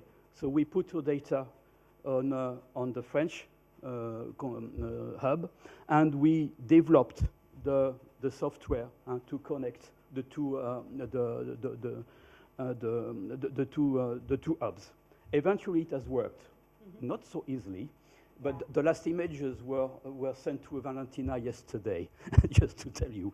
And okay, and so what it is interesting for us is that actually the list of data of metadata on the French Conservatory is much more extended than the one in Europeana, and especially for reuse by scientists and for research. And also, so that's the connection of different databases is extremely interesting. For example, as much as possible, and it is part of another project we are developing in BBRACT to produce a new kind of information system for archaeology. We can connect the data to other data like periodo, for the dating period, geonames, of course, for the location where the objects comes, for example, the name of the producers with the VIAF register and so on, and of course, all this organized vocabularies, thesaurus, and so that's for us is a very important aspect to use structured vocabularies. Just for example, so we've input in GeoNames database all the places we've excavated in BBRACT. So it's really the granularity is very fine for this information, and all the objects have been tagged with this GeoName. So, you know, you can, and from that you can go to the excavation, and then to the name of the excavator, and then to the date of the excavation, and then the whole database of recording of the excavation. And in terms of, okay, so say just putting on raw materials on Europeana is not enough. So we've tested, and that was I guess, job to make some kind of editorialization of the data. And I must say that Europeana and Historiana provide very useful tools because they are very simple to use. They have got a very good visibility on the web, so it's quite exciting for us.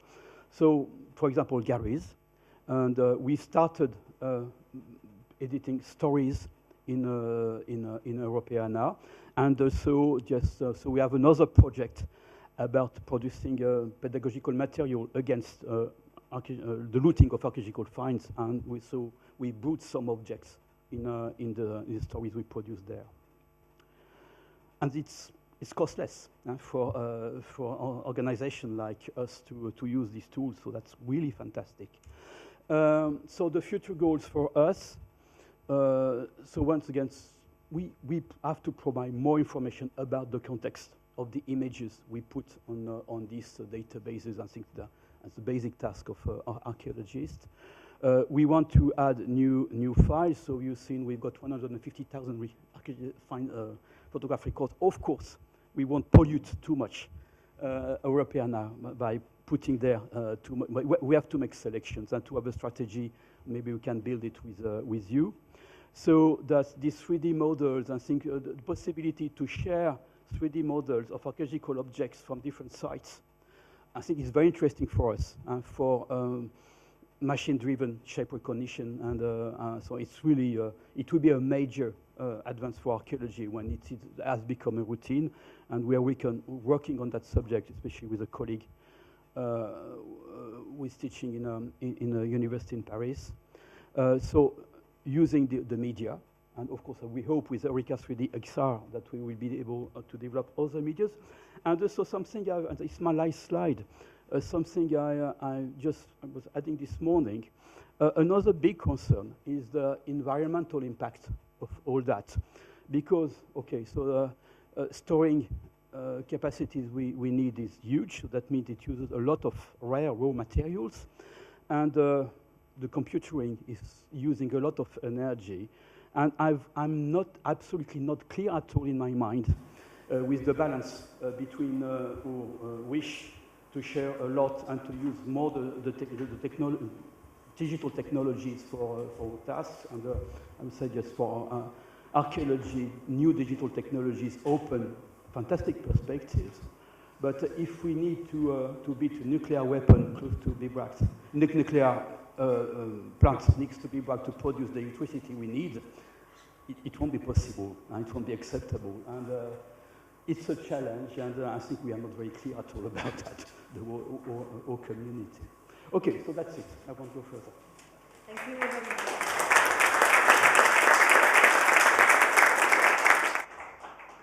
Yes, thank you, Vincent, and I think your presentation also raised some interesting challenges, and perhaps Jolan will also explain a bit more and react about Europeana. Now I would like to give the floor to Panayotis. He is a PhD researcher at the Cyprus University of Technology, and I think you are also going to explain very interesting stories. Please, Panayotis, 10 minutes. So, this is the first monument that we managed to digitize in Cyprus University of Technology for EUreka3D. This is the Lambusa fishing trawler. It was built in 1955 in Piraeus, and it was used for fishing up until 2004. So in 2004 it stopped functioning and it remained vacant. As you can see on this image, it was in a really bad condition. Then the restoration works began from the municipality of Cyprus. So in this project we digitized this fishing boat before its restoration, so we wanted to capture how it looked like in a vacant condition. Through photogrammetry, but also we used terrestrial laser scanning to capture the point cloud data during reconstruction. Because during the restoration works, as you can see, we managed to get also the timber structure. And here is how it is restored, but also we digitized it 3 times on the before restoration, during restoration, and after it was restored, to also get the deviation, how it was before and after the conservation.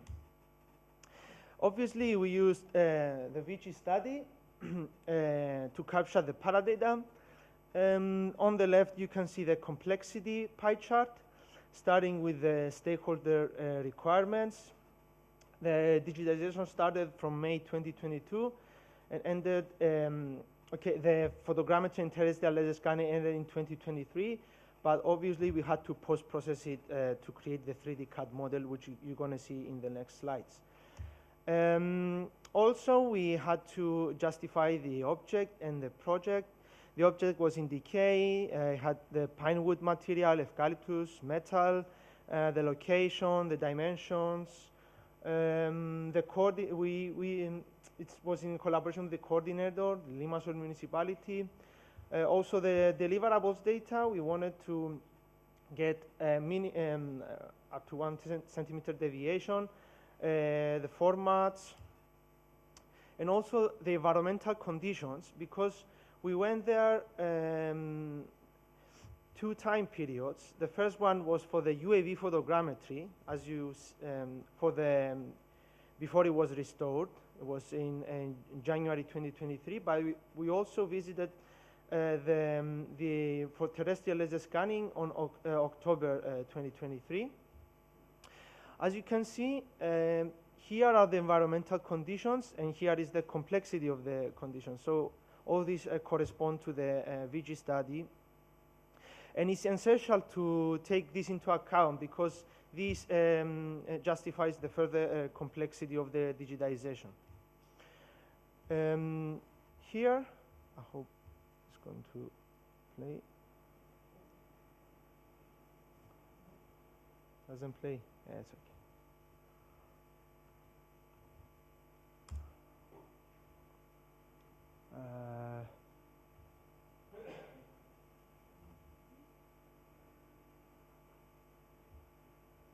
Yeah, there's a video here.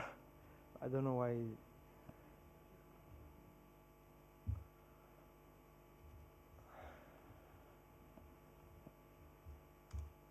Yeah, I don't know why it's not playing, but okay.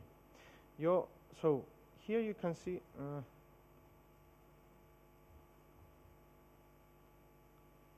This is the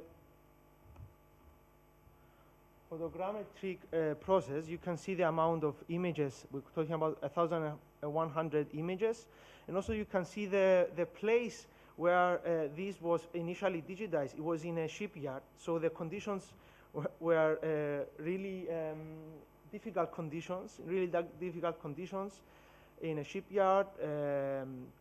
We had to remove all this plastic, was covered with plastic.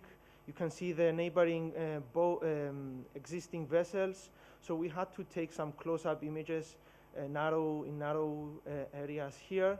So you can see the amount of complexity for the first photogrammetric, UAV photogrammetric digitization.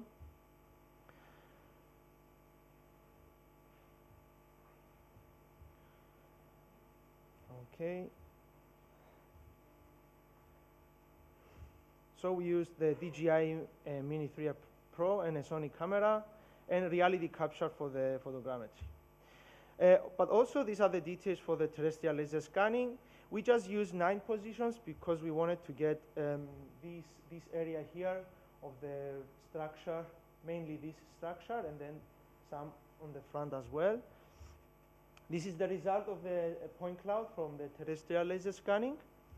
And this is the combined point cloud from the, as you can see on the left, is the terrestrial laser scanning, on the right is the photogrammetric model. So we had to align these two to be able to post-process it to create a clean 3D CAD model.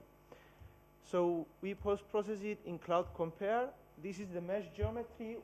We are talking about 27 million faces, so we had to reduce all this data also to be available for the end users, but also for web as well. So we had to sample the points from the mesh, and we reduced them to 5 million points. And then we did this, we used this method.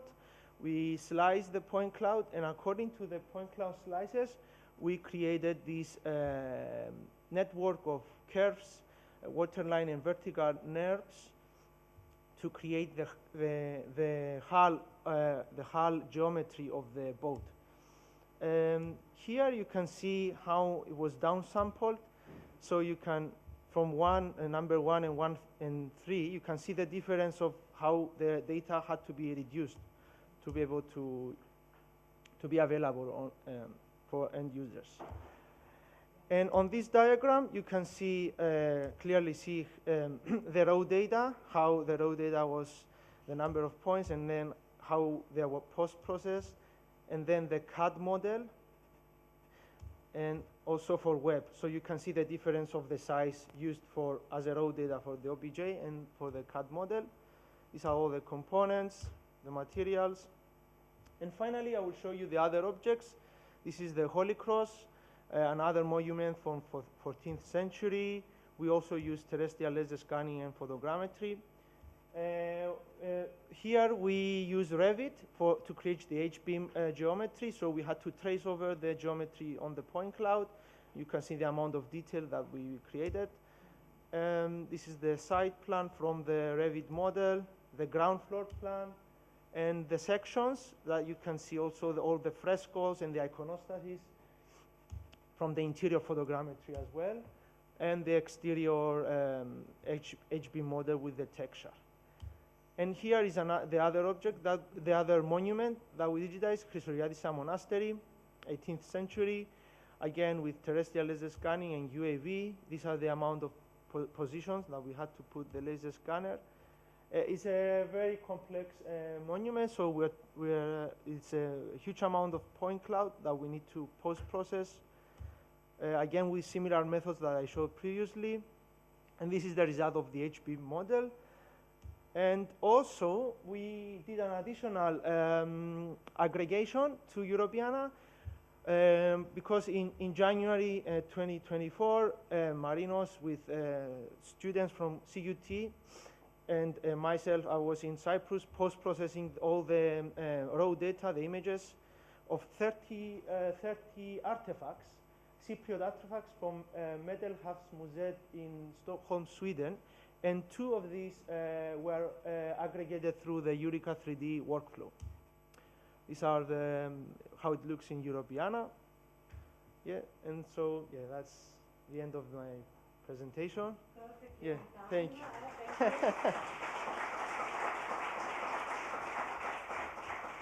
Thanks very much, and I think it shows really how, digitizing a site or a boat is a totally different story. I would like to invite on stage already the other 2 speakers. The first is David. I don't think I need to introduce you, so the floor is yours.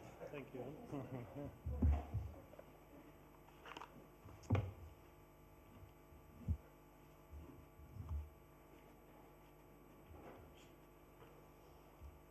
Okay, hello again. I will explain the use case of the CRDI, the Center for Image Research and Dissemination of the Girona City Council. And for this project, we focus on the collection of the Cinema Museum in Girona. And this is a very important collection in Europe of pre-cinema and early cinema. And if you go and you visit the museum, you have the opportunity, it's 10 minutes walking from here, you will realize that you have the opportunity to have a look at the objects, but also there is an experience related to the object. As you can see in the slide, if you look on my first, if you look on my right hand, there is a lantern magic that is a phantasmagory. And this was used for an immersive experience because people were closed in a room, in the darkness, with the smoke, with noise, and then the projection was phantom and all these kind of things moving, so it was an scaring experience. And if you look at the other side, you see people looking at these halls that is a stereoscopic viewer. So they were able to see images in 3D. So what I mean with this is that nothing is completely new. And now that we are in this process of creating 3D and this experience, these virtual experiences, it's good to keep in mind that there is this something that was created before, that is our culture, visual culture, and that helps to understand that how the technology is used today and how we are as users of this technology. So in a project like this, as mentioned before, we try to do both, to digitize the objects in the best way and to make them accessible, but also to bring all this knowledge at the same time in order to have an understanding of all this. So for this project, we selected 50 objects, because it must be said that it's very important that EUreka3D decided to include audiovisual objects for this. All are fascinated with the heritage, with buildings, sites, etc. But these small objects are very meaningful for our culture. So it was good to consider this. And the Cinema Museum, they selected this, and you have here some examples. Magic lanterns are the most known, but there are other like philoscopes, motoscopes, that it was this technology used individually at the beginning of the cinema, when the cinema already existed, but there was this personal experience with all these devices. And other devices related to projection, but also capturing, viewing, animation, illusions, visual tricks, all this that is related to this collection. So the question is always, why 3D digitization? Because we have these objects, and it's obvious they are volumetric, and we have an understanding, a better understanding, and even if Bangsani is skeptical with this, we all are at the beginning, but we need to explore and see the possibilities. And there is something very important, that is all these document records related to this. We cannot isolate the objects. If we want to explain what is the function or what it was in the past, we need also to consider all the archive, because archive is not for hidden objects. Archive is something open to explore. So archive, we have this function of preservation, but I think what it's really important to consider as we have this function to make it possible, the discovery. I like this word because when you go to archive, you discover.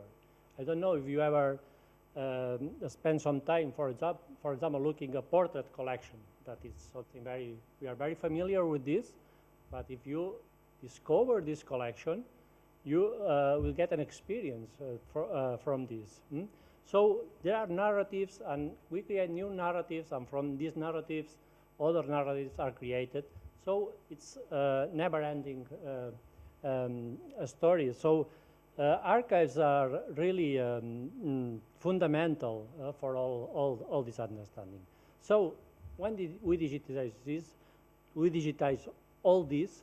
What our aim is also the possibility to offer discovery, knowledge, experimentation, creation, and besides, of course, the research, the entertainment also. We sometimes focus a lot of entertainment, but it's not the main thing, but it's also something to consider. And when you focus on this object and when you start digitizing, there are challenges there, mainly at the beginning. We started with limited knowledge on 3D, it's obvious, and we need to do this work. So the challenge is to achieve high quality. It's not 3D digitization, because everybody can digitize an object and get a 3D, but high quality. Making content accessible. You can sign in Sketchfab is accessible, but it's not what we are looking for in cultural institutions. And then preserve. You can preserve in your mobile, of course, in your PC, in your computer, but you know the time is limited. So you need to think in these issues, and in this case, file formats, paradata, what we talked before are fundamental. So we start with this challenge, and first thing is who digitize all these objects, and we call for a tender. We are used to this as a public body, but we need to give some instruction. What is the methodology? What is the standard for this? And there is one, that is this VG study, mentioned many times, but is what make it possible to work in high-level digitization, and what make it possible for us, for cultural institutions, to communicate with companies, private companies, etc., who work on this, and to explain them what we are looking for. In our case, La Tempesta Media did the work. They won the call, the tender. They are sitting here, so if you have technical questions, I cannot answer, as Vincent said, but Mark and Paul can do this. So they did the work with very good results. And then also related to the methodology, we need to focus on the analysis of quality and complexity. It's been mentioned before, but we focus very much on the complexity of the objects, because these objects have lens, mirrors, metals, glasses, so everything is challenging. So in this case, Nila Petit, who is a technician at Municipal Archive in Girona, and who is also a restorer, she did this analysis with very detailed information, and this is part of the paradata that give us information about the process. We also have the information provided by La Tempesta about capturing.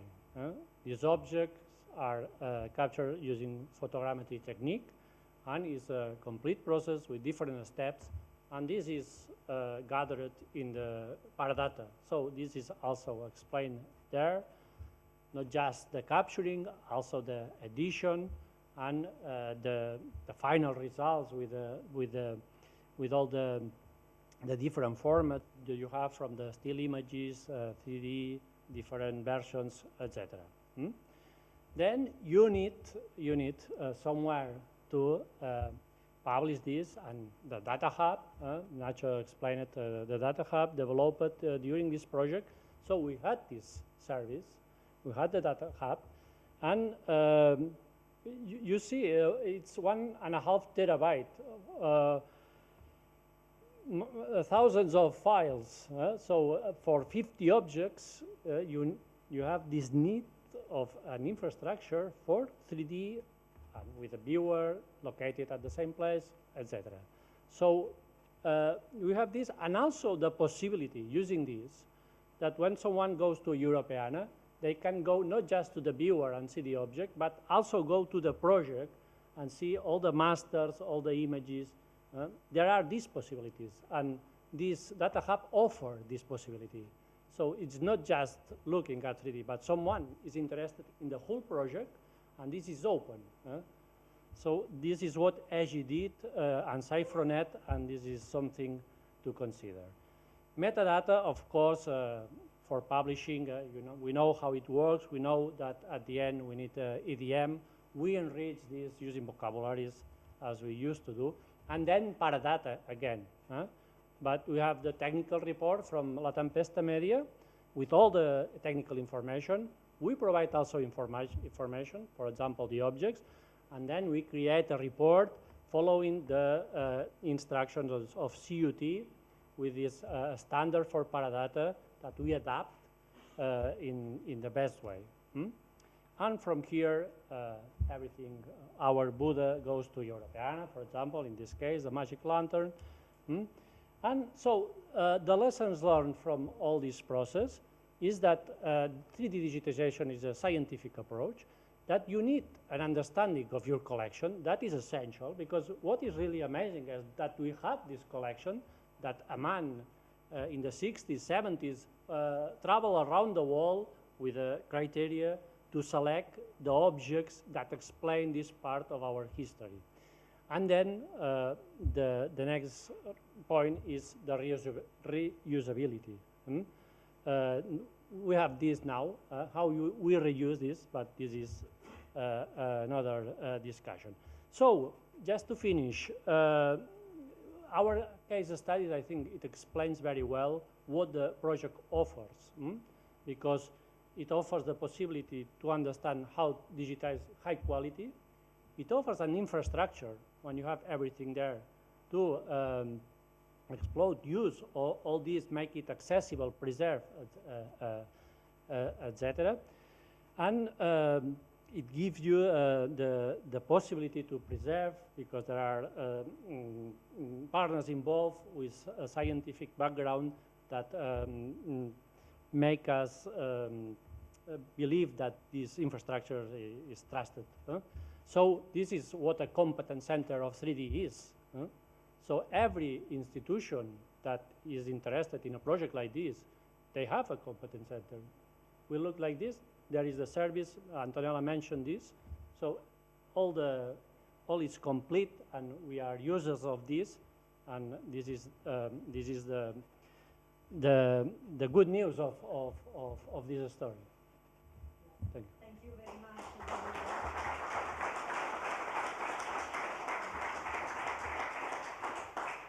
And I think something that perhaps is worth to mention about your presentation is the collaboration of public institutions with private organizations and companies on the territory. That is also something that is triggered by the 3D digitization. And a similar case is now to be explained by Massimiliano, who will tell us a bit more about this specific collections that you have and Yeah. the stories of your journey in EUreka3D. So, 10 minutes. see, thank you, Valentina. I know that we have to run. Okay, so the things to talk is many. So The Pescia Paper Museum has a particular collection, so that is paper goods. Paper goods is watermark and molds and very special documents in our archive. So this, for us, this is the first time that we a project like this, but the point is this the part of a deep research on these goods, okay? That is the tools that men use in the past producing handmade paper. That is the basis of our culture or identity, okay? So the collection is a part of a private donation, and the document that is 700 linear meters of documents inside the museum. So in this project we made 2 3D models and 5,000 2D this digitization of document. Okay, this is the our role in the project. And so we began in 2008 to catalog these tools, and this is the first time that we catalog the tool like this in Italy, but also in Europe too. And so that is the watermark paper was a very special object, you see, with a watermark on, and so which is the molds are made of wooden frame and metal sheet on which the watermark was sewn with silver and copper wire, so it's very, very particular. And so we inventory and catalog the paper good, and an experimental for us. The EUreka3D project was an experimental part because this the first time that we made this part of the project, and also we, as you say, we have documents in our archive that is 700 linear meters of documentation that we save in 2016, and so is the archive that we have to study and tells 1 million of stories related to our collection, but not only. And so the choice fell on the watermark paper mold with the images of Napoleon and Maria Luisa d'Austria made in 1812, and the watermark paper mold with the image of an anchor and the letter ES made in 1923, and with what used to create paper for the first edition of Porto Sepolto by Giuseppe Ungaretti. So that is a part of a research, because the next year we have an exhibition that is for us the end of this process, because we studied watermark paper mold, we reconstruct the history around the paper mold, we make the 3D model. So in the next year we are invited to an exhibition in Pescia Paper Museum to see all this material that we have, but also the Porto Sepolto by Giuseppe Ungaretti too. And so you see some particular of the paper molds and watermark on, and so this is the process of digitization of the paper mold.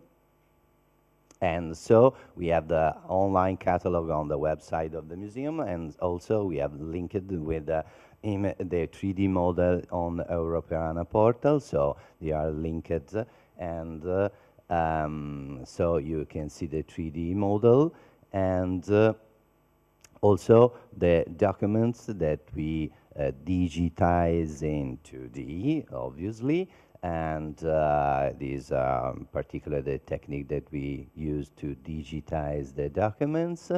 I run because we have a short video at the end, so if you have 2 minutes, I think we can. And so the digitization activities were carried out respecting both the equipment and the procedure, the quality standards required for the preservation of the paper originals, obviously. So all these documents are on the Europeana portal, but with other fund, private and public fund, the museum make a ad hoc platform to store the documents, and so that we developed in 2012 and 23 with the company Lunet di Lucenza in Lucca, and so for a more careful analysis of the platform, this is a problem that we found in our process in relation with the need to transfer it to Europeana and the needs of interoperability with the SAN, that is our national archive system of the Ministry of Culture, Italian Ministry of Culture. We need to make significant change to the platform itself also emerges. So we need other funds, private and public funds, so we improve our platform and possible to review and update the platform following the indication given by support of Europeana, and a special thanks to Valentina and to Antonella and the Italian Ministry of Culture, and does obtain full interoperability of our system. So you see all the documents are in our platform and in Europeana too. And when you see the documents in the Europeana platform, you link it in our platform to visit, okay? And so we just part the food that was allowed on the basis of significant funding from the European Commission to activate further collaboration. This is, for me, as the other part important of this project, that is to fund public and private fund, but also activate other collaboration.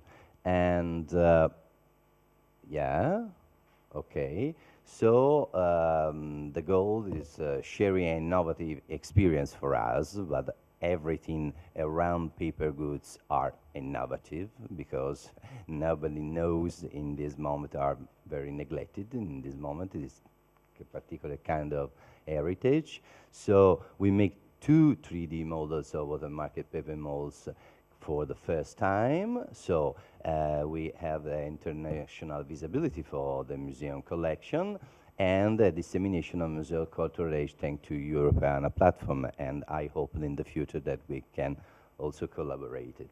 So if I have, but I don't know, Valentina tells me.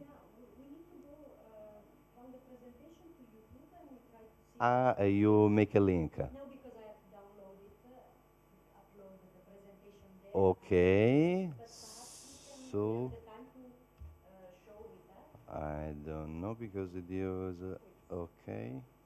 So you have to.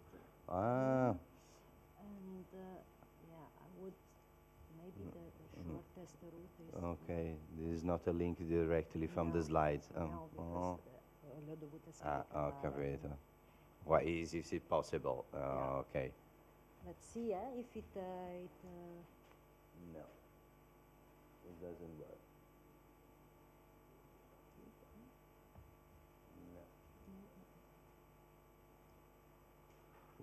Because one of the parts of the project financed by the Europeana 3D process is also this short video that we make to tells all the process.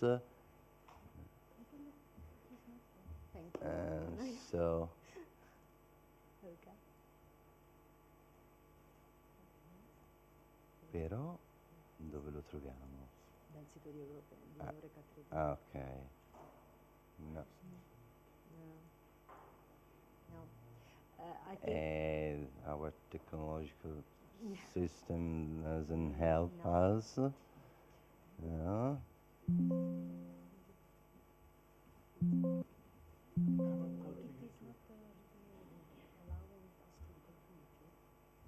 Okay.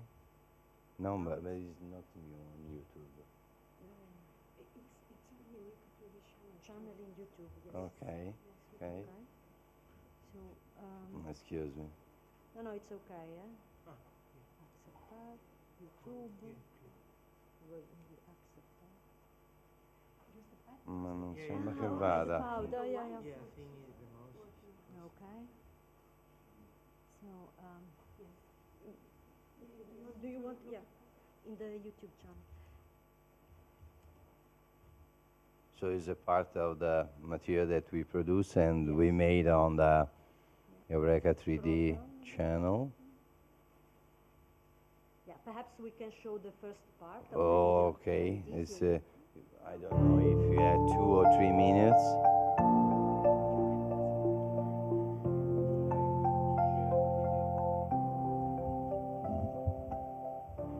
Il progetto EUreka3D, finanziato dalla Comunità Europea, ha permesso di digitalizzare una serie di fondi archivistici conservati nell'archivio storico Magnani del Museo della Carta di Pescia, uno degli archivi d'impresa più importanti d'Italia con i suoi 700 metri lineari di documentazione.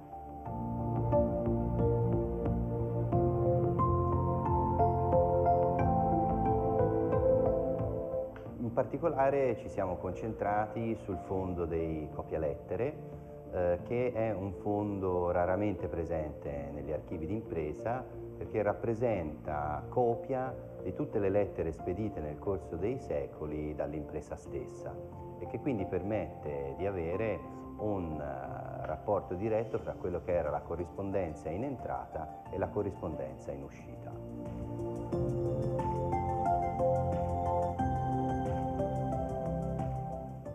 Il progetto ha permesso inoltre di realizzare l'oggetto virtuale di 2 forme da carta filigranate tramite la ripresa tridimensionale. Ci siamo concentrati sulla forma da carta con le immagini di Napoleone Bonaparte e Maria Luisa d'Austria, realizzata nel 1812, e quella realizzata nel 1923 per creare carta utile alla prima edizione del Porto Sepolto di Giuseppe Ungaretti. Abbiamo proceduto nella scelta di questi pezzi archivistici e di queste forme da carta poiché troviamo all'interno dei documenti informazioni storiche sui 2 oggetti tridimensionali che verranno realizzati. Il progetto permetterà di porre le basi anche per la futura ricerca scientifica.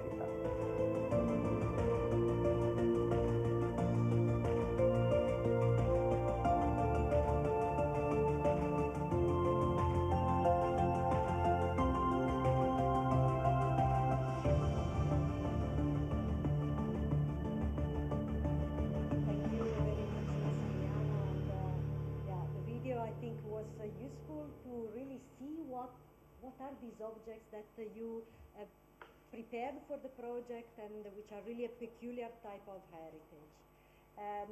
Unfortunately, we must run, so thank you very much to you and to David for the presentation. Yeah, and I would like to invite on the table Jolan Butz from Europeana and John Balian, Photo Consortium and Top Photo. But I am aware, Jolan, that there is a question from the audience, and perhaps before we start your presentation, we can address the question that we received, I think, on the chat. So, Elena? Yes, can you hear me? Yes, okay.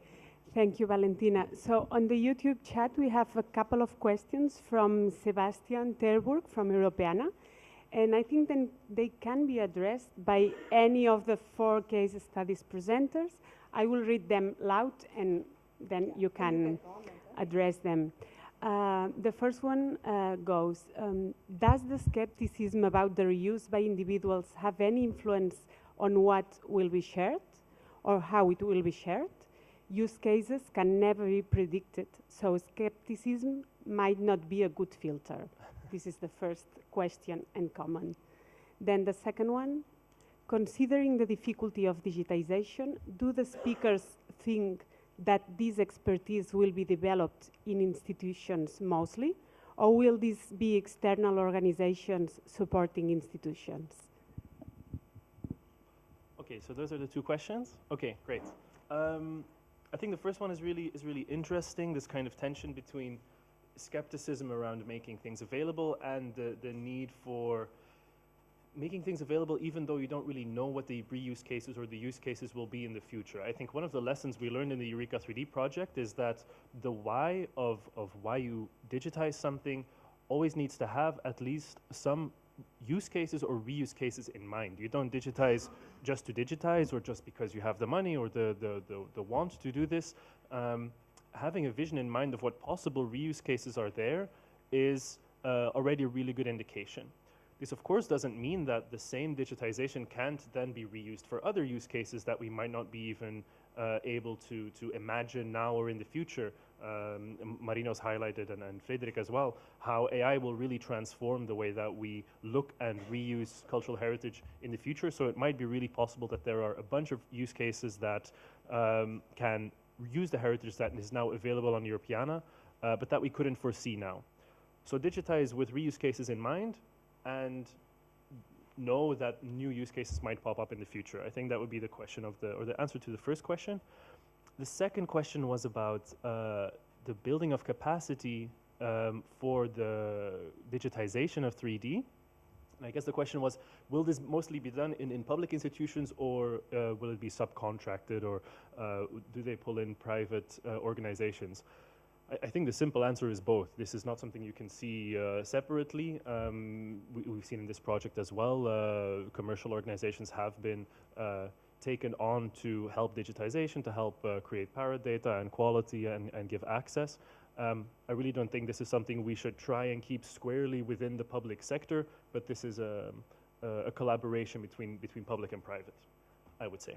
This, I think, opens very well with your presentation. Yes. It is really about all the stakeholders. Exactly. Sector. So please, Viola, 10 minutes. Okay, so now I have 10 minutes. Okay, great. Yeah. Yeah, thank you. I mean, I'm very honored to be able to follow all of the use cases that have been presented, because it really shows all of the expertise, all of the resources, all of the work that has gone into making these objects available on Europeana today. And we saw in Nacho's visual that the end of the visual is you make it available in Europeana. And in some sense, this is true, but I would posit that this is actually just the start of the next visual, which maybe you couldn't see on the slide, which is the start of this journey of reusability of the 3D heritage that is there. So that's mostly what I want to talk about today. As Europeana, our role is to be the stewards of the heritage that gets sent to us. We have a very humble kind of goal there, because all of the expertise, all of the actual knowledge and 3D digitization has happened in the institutions, and we are blessed by having this available in our platform. And so our role here is to make the data that gets sent to us accessible, viewable, findable, downloadable, reusable. And in that sense, we're very happy to work as the steward of what they call today the Common European Data Space for Cultural Heritage. So all of the use cases, all of the projects in EUreka3D can now say that they are part of the data space. Their data is on Europeana.eu. But how the data space is different from what we had a few years ago is that the data space for cultural heritage isn't only our platform, isn't only Europeana.eu. The EUreka3D Data Hub, for instance, is another very important and crucial part of the data space, at least in my opinion. And this is shown in the fact that Europeana shows the data on their platform and the metadata is held by us. But if you want to access the paradata, if you want to access the raw files, if you want to get a clearer view of the objects themselves, you can find this in the Data Hub. So it's this interoperability and availability of content on different platforms that to me is really the point of the data space. Now, to put all of this a bit more in context, what we have today on Europeana is about 6,500 3D objects, which is nice. Some could say it's a lot, but we've been working since 2008. So after 16 years having only 6,500 3D objects, I think shows that we really need to focus on this more. And the EUreka3D project was a really good example of pure focus on creating not just 3D objects for the sake of digitization, but to do them qualitatively and with the eye of reuse. And you can see that in the fact that of the reusable 3D objects on Europeana, which is a lot less than 6,500, a lot of these objects are in copyright, are not reusable, or are in a format that you simply can't reuse. These might actually just be JPEGs, images, of an actual 3D model, but you can't find the 3D model through Europeana. So I wouldn't call this 3D reusable heritage. Of the reusable 3D in Europeana, almost every 1 in 3 objects you will see on Europeana.eu is an object created and ingested through the EUreka3D project. So created in the last 2 years and ingested literally in the past few weeks on Europeana. So this really shows the leading value, the lead that EUreka3D is taking in the 3D space for cultural heritage. And our, I'd say our goal or our duty as Europeana is to follow this lead that the EUreka3D has created. Let's see where I am in my story. Good. So following this lead, we need to do on a lot of different areas.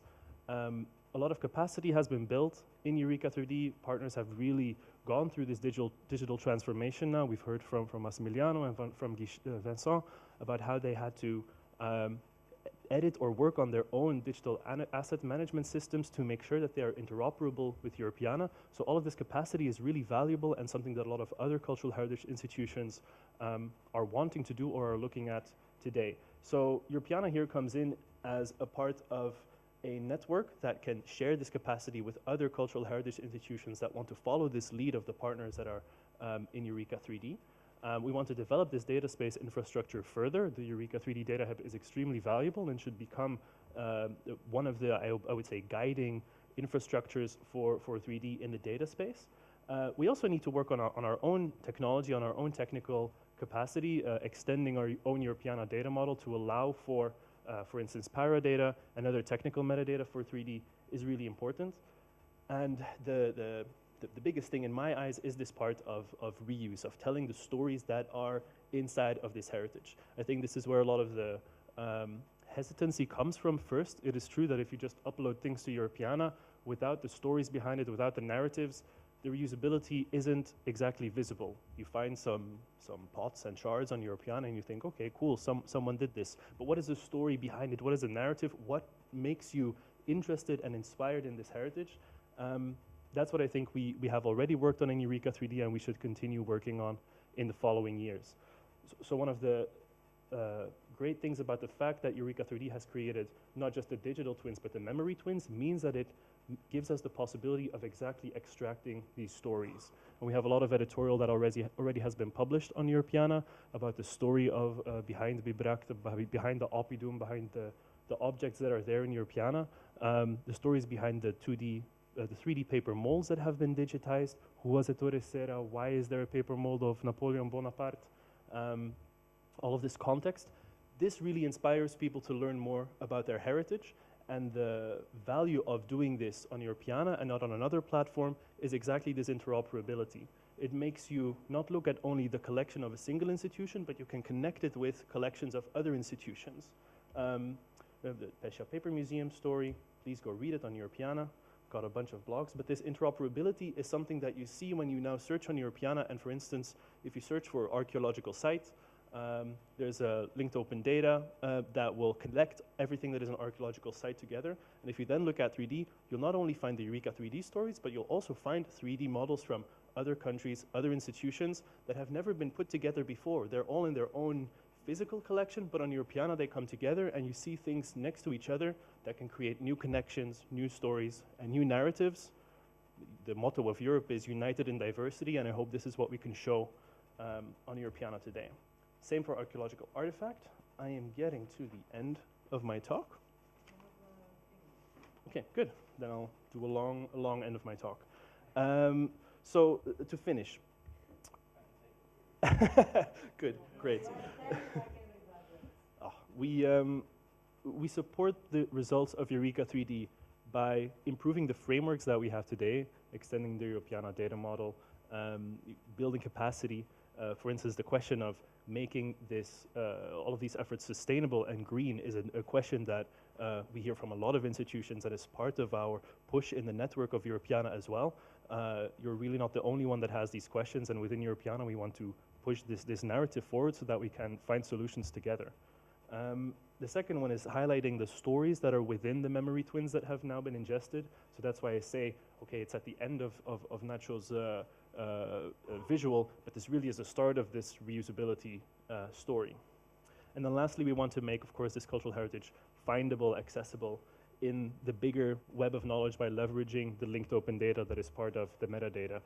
I loved in the demo of the Data Hub how you could see that you could put not only a literal in places, but references wherever you had data to put in. You could connect with the Getty vocabularies and any other linked open data vocabularies.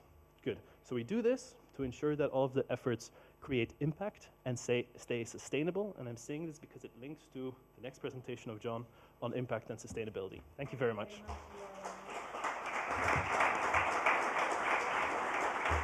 Very good. Yes, and now we will hear from John. John is part of this project as Photo Consortium.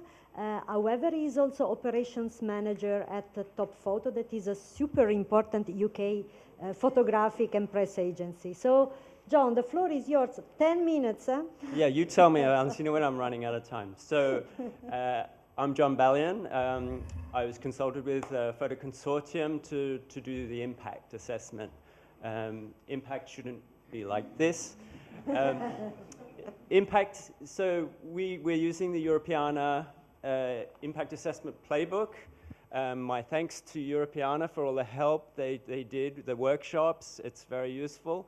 The big impact thing that I learned from doing the impact workshops was actually the impact is not really about the numbers. I mean, we could put 6,000 or we could put 1 million up, we could reach 10 people, we could reach 10 million people. But what impact really is this behavioral change. You have to change, whether you've got technology or something, people have to use this and change their workflows and methodologies. And that's where the impact really comes from this project. You know, us doing something that can be replicated, followed, and that will have an impact in that business and change and the way we do things. So, starting with the why, Marinos has already talked about the muses, the goddesses of artistic inspiration. Also Mnemosyne, who is the titaness, should I say, of memory, not just our individual memory, but collective memory. And together we have the museum, as he said. The museum is not just a word. It is not a building. It is not the things that are in the building. It is the memory of artistic inspiration.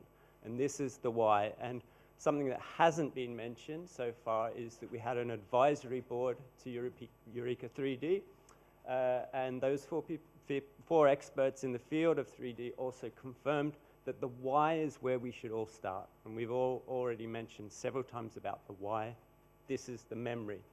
And also the memory is recorded today. The 3D models we are doing today, we have to think that these will also last for a long time. So we're capturing the objects as we see them today for the future.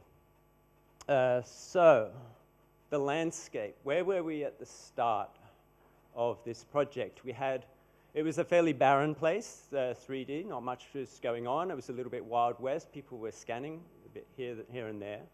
There was an EU recommendation that all cultural heritage landmark sites at risk should be digitized in 3D by 2030. That's quite an ambitious target, but that's what we were working to.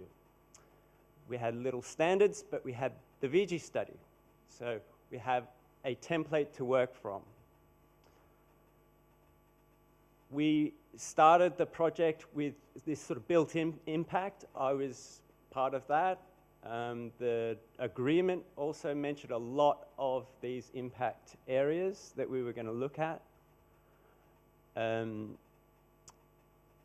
Best practice for digitization was one of the first things. So we had our content partners, and we wanted them to use the VG study to create this best practice for high quality, consistent 3D digitization outputs. So that was the goal. And it flagged up some challenges quite early on. One of them was paradata. There was a little knowledge about what paradata was, how you captured it, how you stored it, how you disseminated it to other people.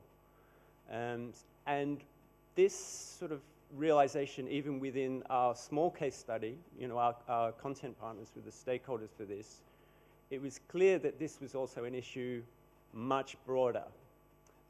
And also our advisory board mentioned this. So we did webinar series and the dissemination, a big dissemination effort on paradata. And this is what you need to take away with you, that paradata is very important. You need to record it for the memory. The other thing that we found was that the actual VG study itself was quite complex. I mean, it goes into a lot of detail.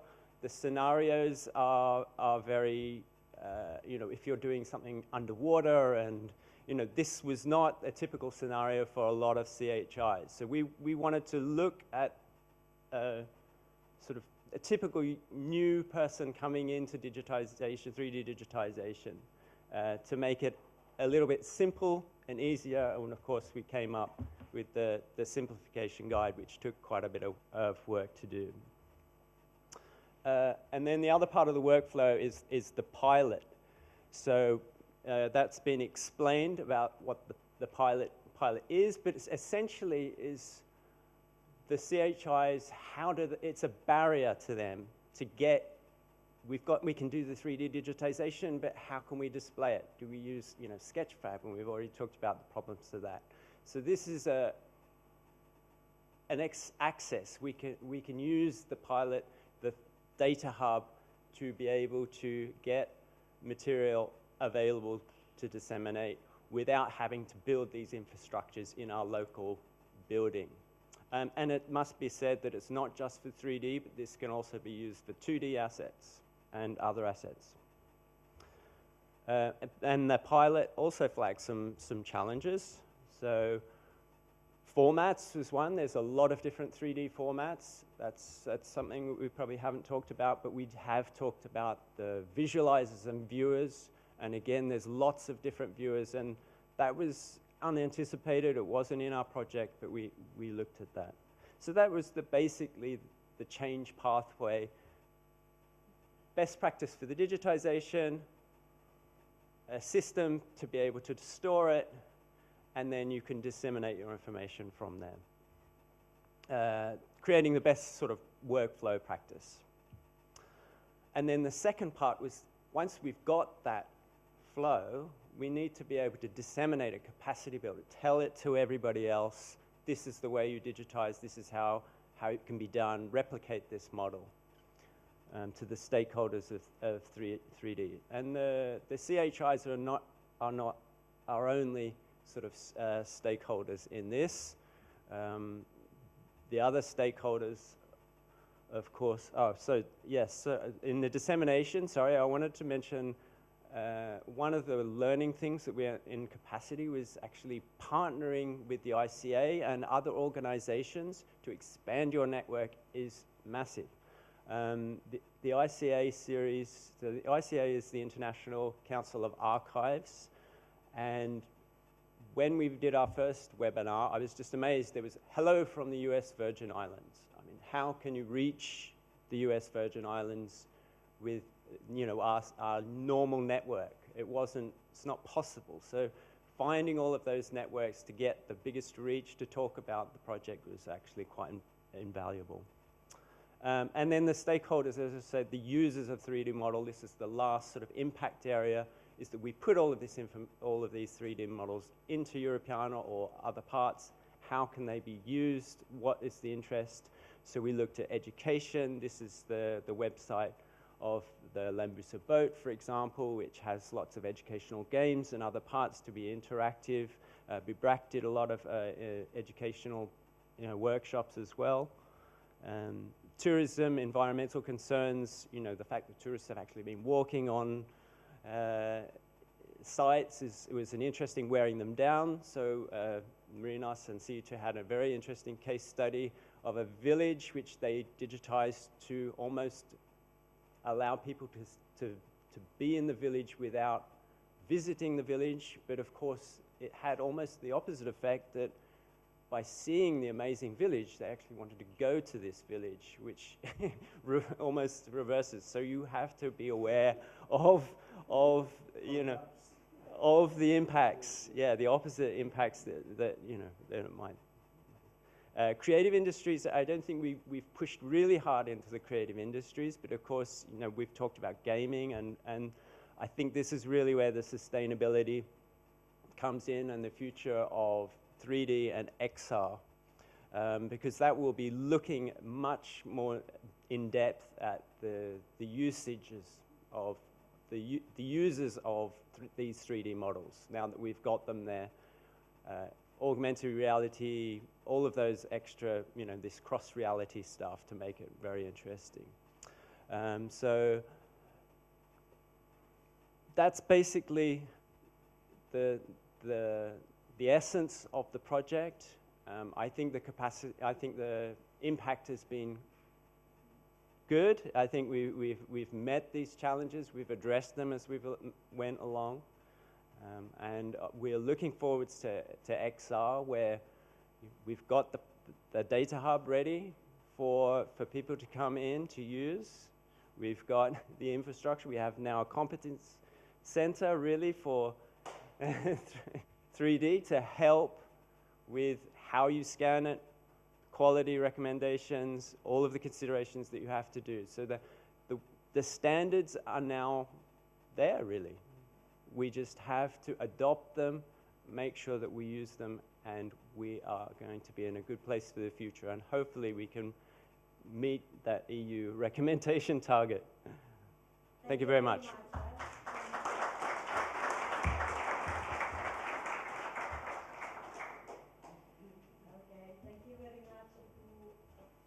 Thank you very much, John, and also Yolan. And we told the story of the use cases that we created in the project. But I'm welcoming on stage colleagues and friends from Giravolt project of the Generalitat de Catalunya, Albert Sierra, and I'm sorry for my pronunciation, Lluís González,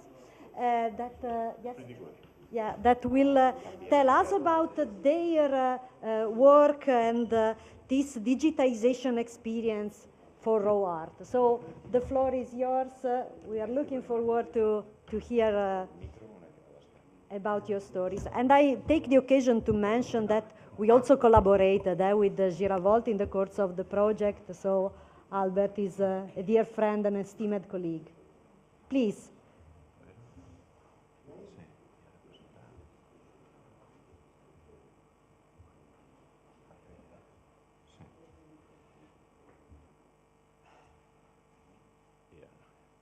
Let's put the clock on.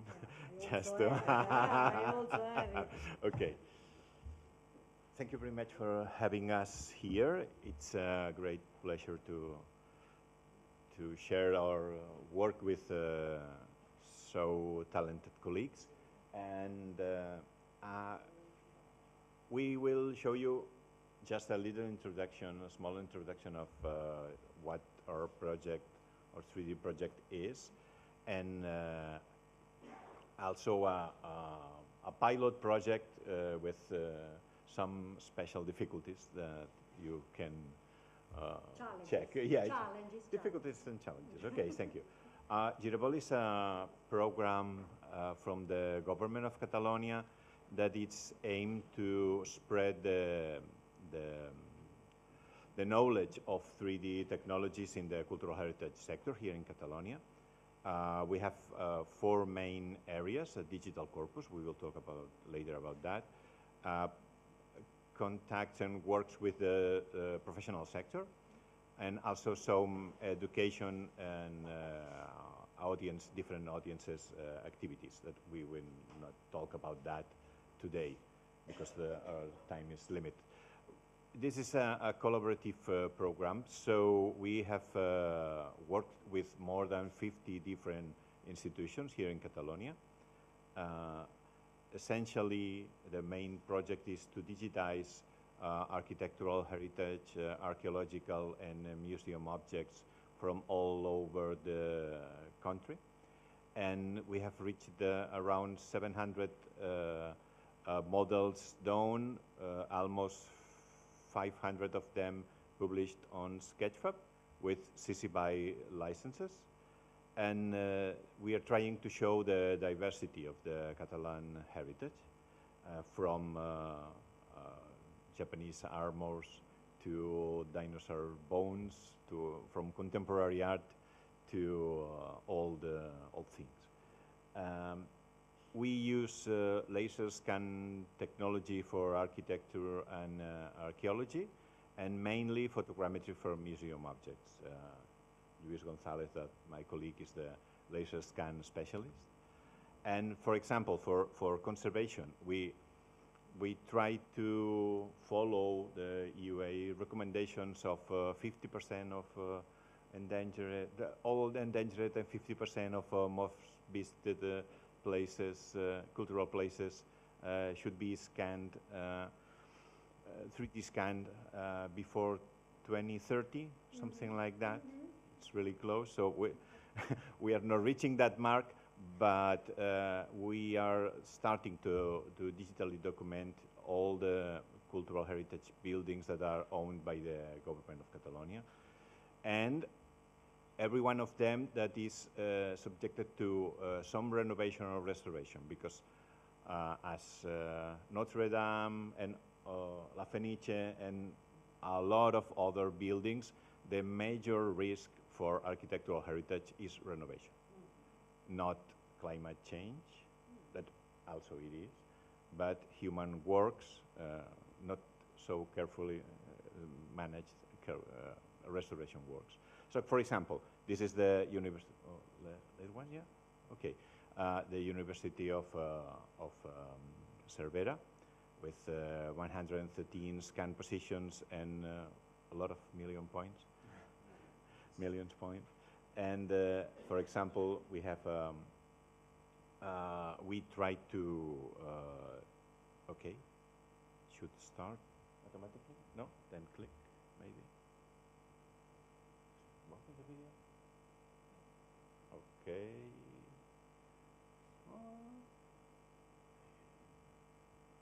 Yeah.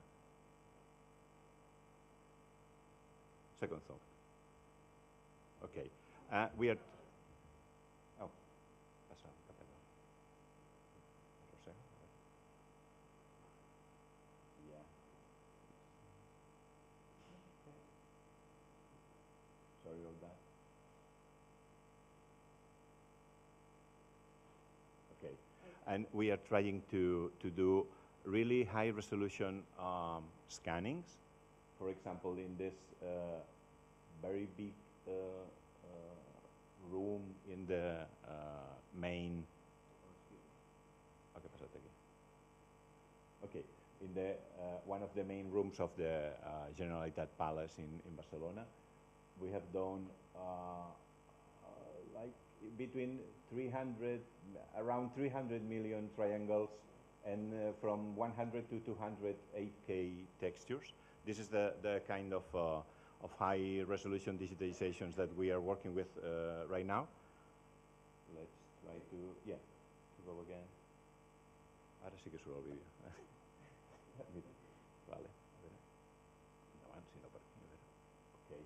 And we have been working also with EUreka3D, and we have done just a little test of the workflow to publish some object in Europeana.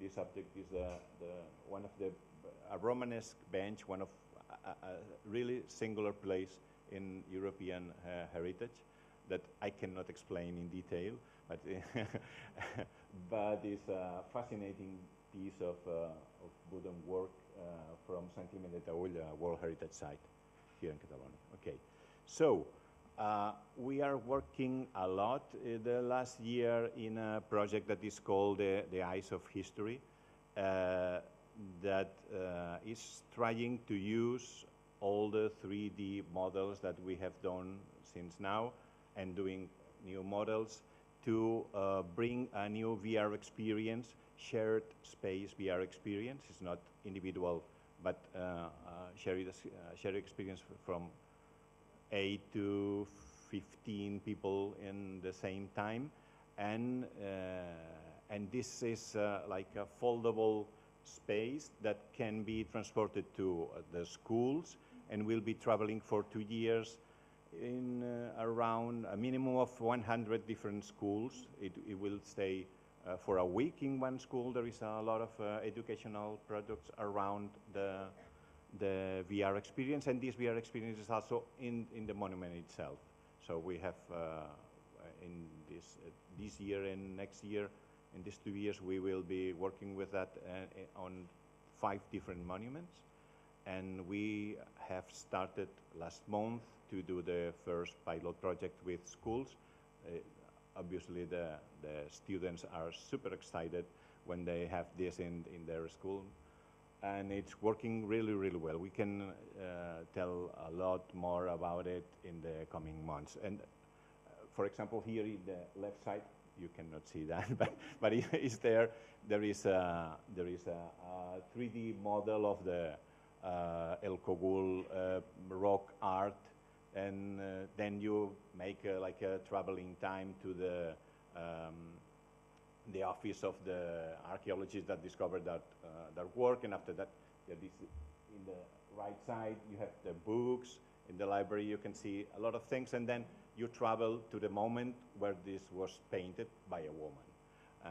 So we are changing also the stories that are being told about this art and this heritage. So we can go in that one. And we will start to talk about this work. Pargarell is not far from here, maybe 50 kilometers, something like that. 40 kilometers from here, and next slide. And this is the work of a very peculiar artist, Josep Pijula and Garrell, combat length, like cowboy legs. This is the name of the artist. He was a retired carpenter that when he retired, started to build towers, labyrinths, and all kind of structures with the wood, with everything that he found around his house. There are a lot of crazy things there. And he was very, very creative and very volcanic too. Next slide. And and sometimes he decided that it doesn't make sense to do that, and he tried to burn everything, but he failed to burn everything. And next slide. And some things remained. He died 8 years ago, and the local authorities, because he started to build things around their property, but also outside their property. And it was a really complex legal scenario. And some things remained, like this one. And the local authorities talked with us to kind of preserve some memory of this environment, and they built like a park around that. It's very well known for the tourists around the area. A lot of people love that. You cannot climb to the towers right now because there are no towers, they were falling. And obviously, this is not something that you can preserve for the eternity because it's raw materials, it's rooting just. So we did like one-day pilot work to see what can be done with that. And we started with laser scan. We did, there are 3 different places. You will see some of them here. These are like a fountain. This is a source of water here. And they start to build things around it with stones, with all kind of materials. And okay, and this is the result of the scanning. I think it was like 17 or 18 positions with the laser scan. You can go forward. Yeah, another one. Another one. This is particularly beautiful. Another one.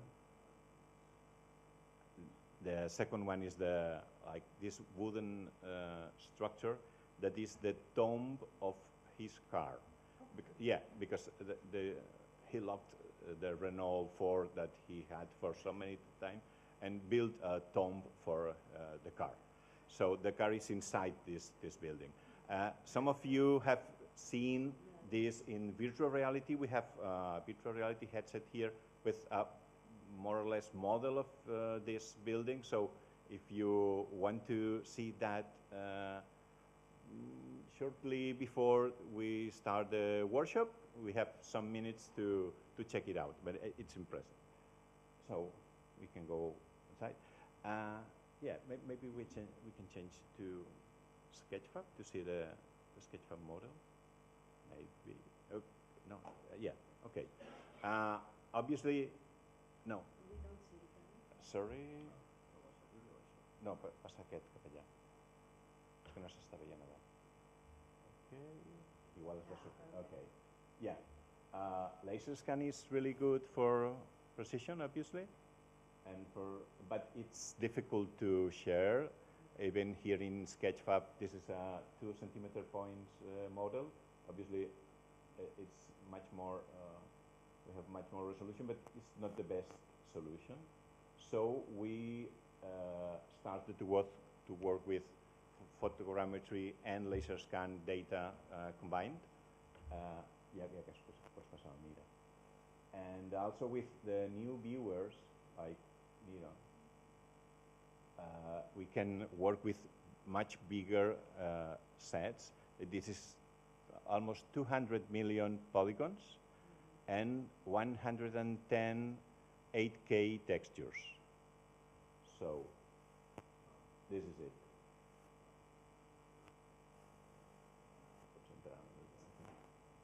Here, yeah, the car. You can.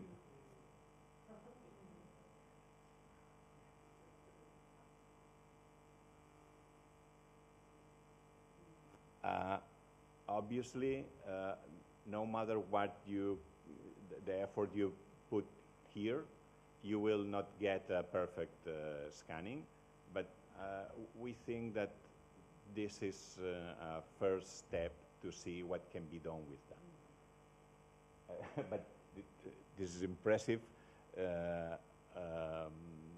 having in mind and taking into account the difficulties that you face it there, because it's obviously it's moving. Most of the materials are organic material. It's a nightmare. Yeah.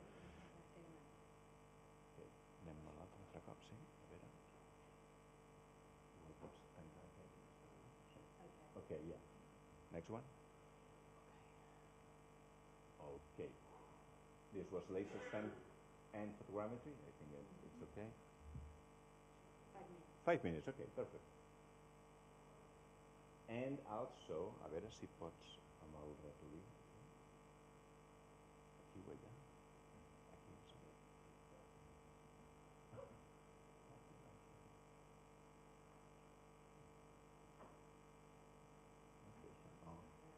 Video is tricky. Okay, pues un altre cop. So, this is a short video of the... Sí. A veure si pots... Exacte.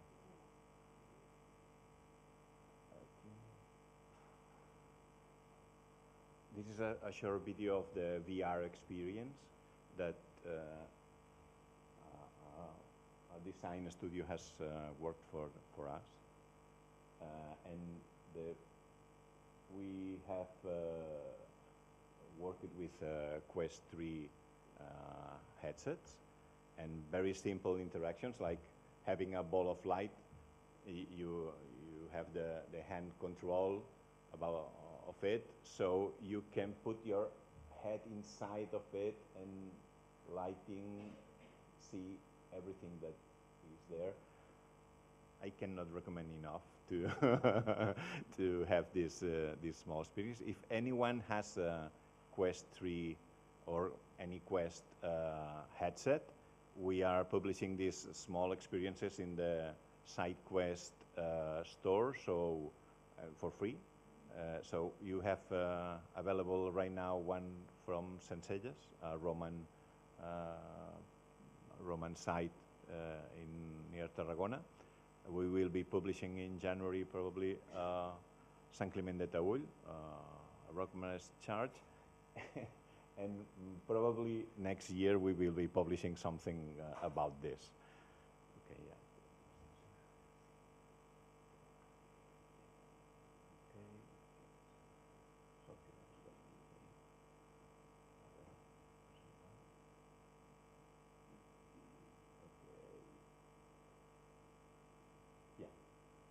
So we dealt with a third place, that is the labyrinth, done with all kind of organic materials. We started with photogrammetry, and the results was awful. And yeah, because it's I don't know, if you have unlimited time and unlimited people, you obviously can do it, but this is not the reality. So we started to try with the Gaussian splats. From photogrammetry, we went to the nerve side, and after that, Gaussian splats went over the top again.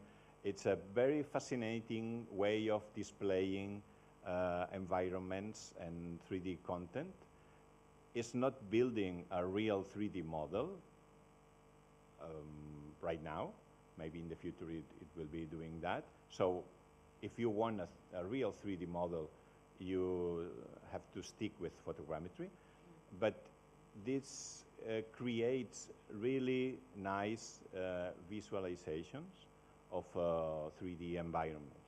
And it's getting better by weeks. Every week you have something new that improves the state of the art in this site. So we started with the Luma AI work. We don't have the time to show you that. Yeah. And now, this, a ver si pots algú se nos salta una cosa. A ver si tens aquí. Aquí hauria de funcionar. Oh.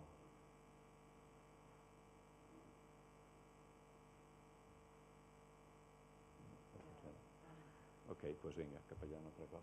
Okay, so we learned in the last weeks, in the last month, about this software that you can install in your computer, and you can work with a more or less understandable UI.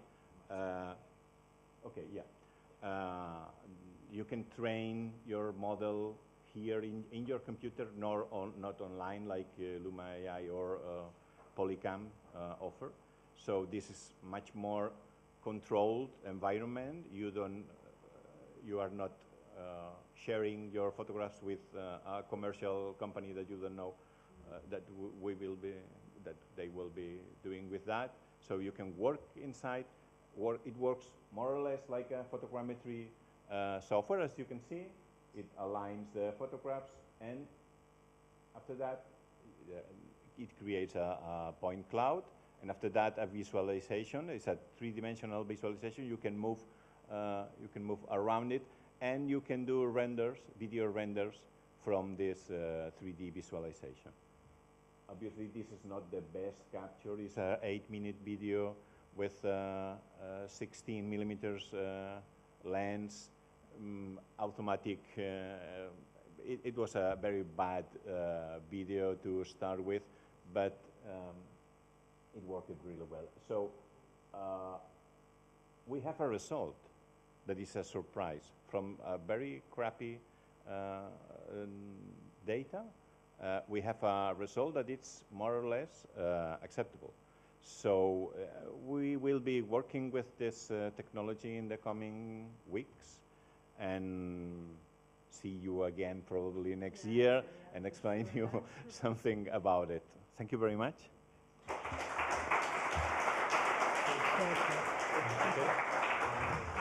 Thank you very much to Albert and the colleagues from the Giravolt project. We see the complexity of these projects, and as the last yeah, I can imagine. And the last session of this conference, I would like to welcome on the stage colleagues from Digivision, José Antonio Muniz, and colleagues from the Museu Etnològic de Montseny, I'm sorry for my pronunciation, Quim Mateo and Sandra Pujadas. The floor is yours to present your case. You are very welcome to this event. And perhaps I can leave the chair for you, right? No, I can sit here and have the slides. Yeah, okay. We have another chair. No problem with the video.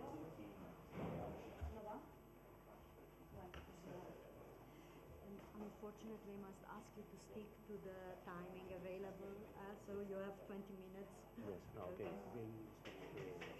I will do the workshop of the... Okay, okay. Yes, only for un poco de apoyo. No, welcome. And Sandra, I must ask you to stick to I know. I'm sorry. I have a lot. I can imagine. We have a little problem with the video as yeah, all the rest, it is normal. I can start if you want. So we. Yeah, maybe. This is open. Okay, so we are starting this final session for our conference, and yes.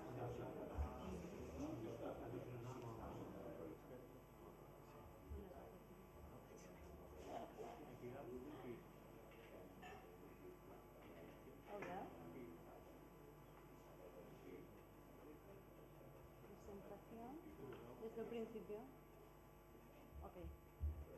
We think we've got it. See. Well, first of all, thank you very much for inviting us to this event, and congratulations to all the previous communication. It had been all very, very interesting, really. We are here to present a project, collaboration between I know. A private firm, Digitization, and a public institution, a museum, Museu Etnològic del Montseny in Arbúcies. And as we don't have many time, but we are really proud of our project, and we like to show off. And we have many, many slides, so I'll try to condensate, just give you the main keys in the beginning. So this project is about to deliver the information from the research. You will see the archaeological research and documentary research. And it's about giving the opportunity to everyone to get to this information. It's about accessibility. And it's about to create a commercial product to all kinds of people, to give all the people the opportunity to engage with culture, with heritage. Okay. This project starts many years ago, 30 years ago. The museum, Museu Etnològic del Montseny, works in a project, archaeological and historical project, of the Viscounty of Cabrera, one of the most important feudal domains of Catalan medieval ages, which you have here the map. Its main spot is the Montsoriu Castle, which is object by the museum of this research from, sorry, I'll get the chuleta. I want to go faster, and then my English is not so fast. I'm sorry. Maybe I read a little bit so I get a little bit fluent. For 30 years, the museum has carried out documentary and archaeological research, which has allowed us to obtain information on how the castle of Montsoriu evolved through the years and how life happened inside it. For us, research is the basis of everything. Without the research, the project couldn't have been like this. we could have done something, but not like this. This is really accurate. Yeah. Montsoriu is a massive architectural element and a huge archaeological site, and it consists in three elements. To sum up, it's 10,000 square meters. So you can imagine the information we need to convey to the public after 30 years of excavating and documenting this site. It's not small, it's not simple. It's difficult to explain all the information we have. Obviously, we don't give this to the people. They won't understand a thing. This is for archaeologists. Something like this could be easier to understand, but not really for all kinds of people, of publics. And this would be the previous work, recreating the castle using drawings and also coral models. I can't go faster than that. And here is where we come to the present. We have to remember that as a museum, we are a territorial museum. Our mandate is to understand the understanding and the preservation and the dissemination of cultural heritage. And for this, our primary objective is ensuring the population, especially local population, understands, values, and cherish this heritage. Because it's the only way that this heritage will survive. If people doesn't feel that it's their own heritage, it will disappear. And for that, we need to explain to them that this is part of their history and their identity. I don't know if it's the right way to say it in English, the sense of belonging, yeah? It's really crucial for everything else. And here is when the image you have is a space just next to the museum. We call it the Cabrera space. Cabrera will be the name of the noble family who owned the castle in the medieval ages. And this was inaugurated in 2022 thanks to, let me read this, a tourist development project financed with European funds, FEDER funds, and led by the Selva County Council. And in this project is when we start working with the company Digitization to create the 3D models through the data we had. I don't know if you want to, this is your part. I don't know if you want to say something here or at the end. I think it's better to explain this at the afternoon in the workshop because it's very extended and complicated. Okay. I think it's better, in this moment is the best is the strategy of the gestores of the management the management of the castle. What do you? I think is you finish and we will to complete. Okay.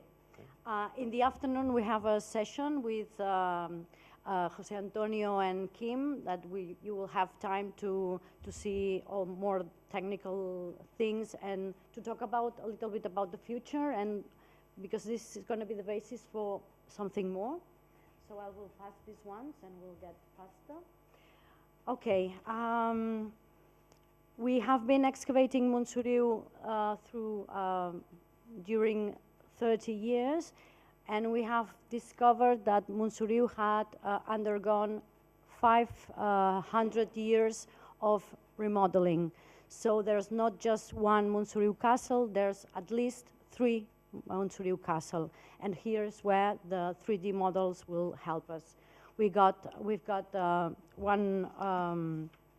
a castle from the Romanesque, pre-Romanesque times, a Romanesque castle and a Gothic castle. And after excavating and doing all the research, this would be a little bit the idea we had about the castle, which has nothing to do with this one. I think this is quite better to understand how a castle 1,000 years ago looked like, and it really helps to get to all kind of audiences, which the other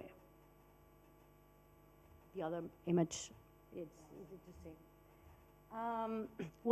What we've done is to recreate these 3 castles, and in each castle look for an element which was worth to go deeper. And in this case, it was the chapel, a pre-Romanesque chapel. We found the rest during the excavations. This is what we found. And after the investigation, looking for parallels, how this chapel could have looked like in 1,000 years ago, we finally get to this amazing image. This is amazing. We've seen this structure for 20 years, and we could never have imagined this kind of thing. This is so evocative. You can imagine yourself inside with the light, the textures. It really gets to you. And then we have this second castle. The castle, we call it the Romanesque castle. It's really an end of the Romanesque style, beginning with the Gothic one, where the castle expands. It gets really, really big with 2 enclosures. It's not just the core of the castle, but also it expands through all the top part of the mountain. And it's like this. This is huge, and this is impressive. And this is the castle that we have a phrase we use a lot. There was a King's Chronicle, Bernat Desclot, talked about this castle in the 13th century and said it was one of the beautiful and great and noble castles of the world. It was this castle he saw. Yeah? Now you can imagine why he said that.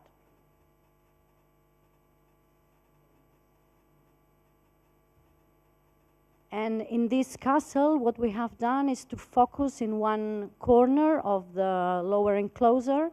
It's a very complex part because we were so lucky that we could discover how it was in the 13th century and afterwards. We know how it changes through the times in this particular spot. And we know now that we are talking about the two buildings on the left, just next to the tower, and the next one.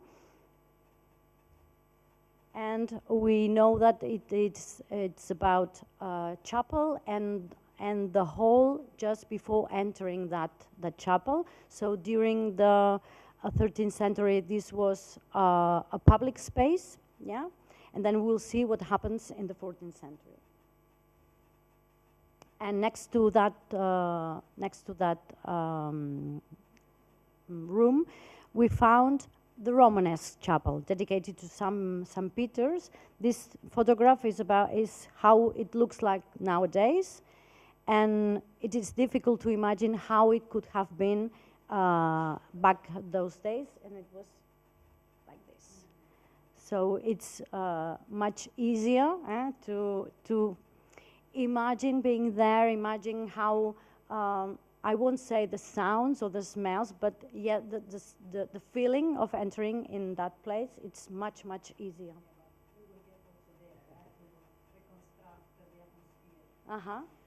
I think the light and the texture is what gives you these elements.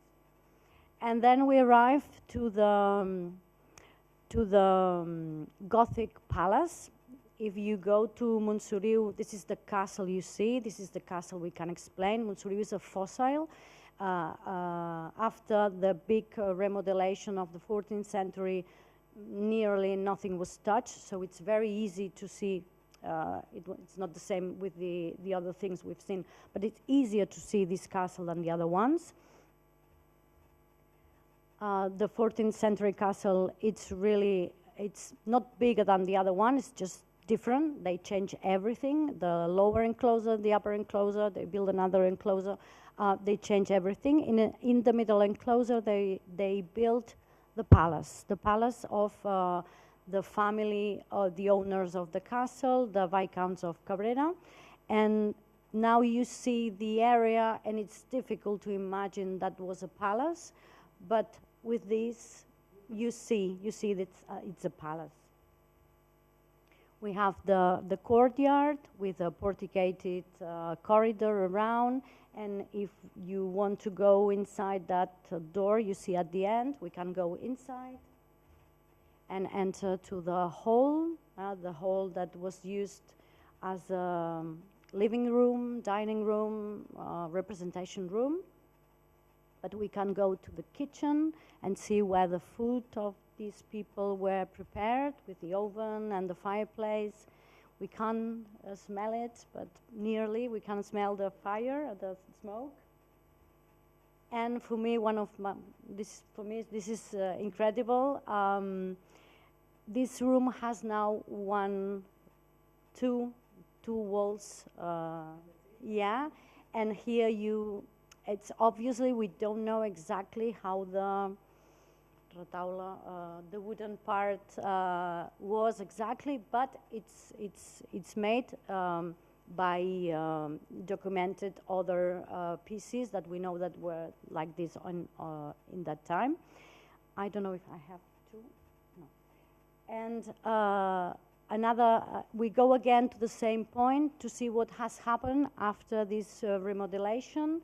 And they have this public area we have seen before, the narthex and the chapel has become the entrance of the private rooms of the nobles, and this one circled was what we will call nowadays the master bedroom.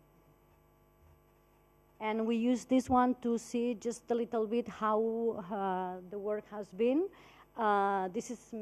This is very easy to pass from one point to another, but really this is months of go forth to create a model, a first draft, and then add, amend, change, look for advice of specialists that know about historical dissemination, and add everything there.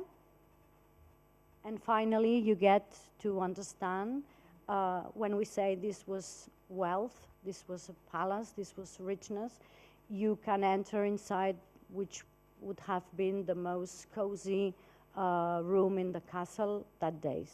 I think there's two, yeah, and the other part. And here, I need that. Yeah. 3D technology plays a crucial role in simplifying the explanation of a complex evolution of such a significant monument. It's really very difficult to explain that in words, but it's one image is worth 1,000 words. It's that, yeah? In some cases, it helps to make intelligible areas that have undergone extensive remodeling, like the ones we have seen. In others, it's this principle, the picture is worth 1,000 words, allowing us to reach broader audiences and enhancing communication accessibility. And also, technologies have this evocative power. It helps us to generate emotions, which are, I think they are essentials to create this engagement.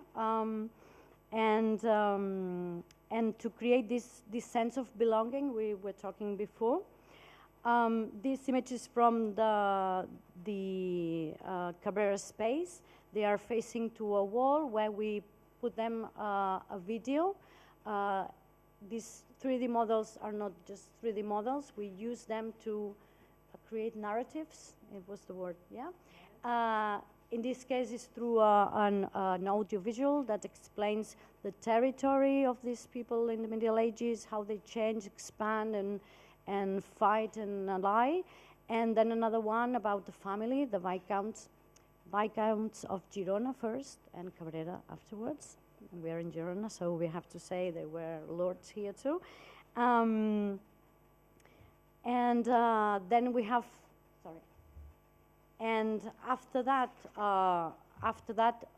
we will use this high quality material to go a little bit further and use them for virtual reality points and metaverse, and I'll let you this for the afternoon.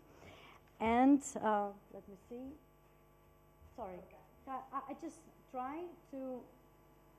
We talk about accessibility, so we can bring the castle here to you. We'll try.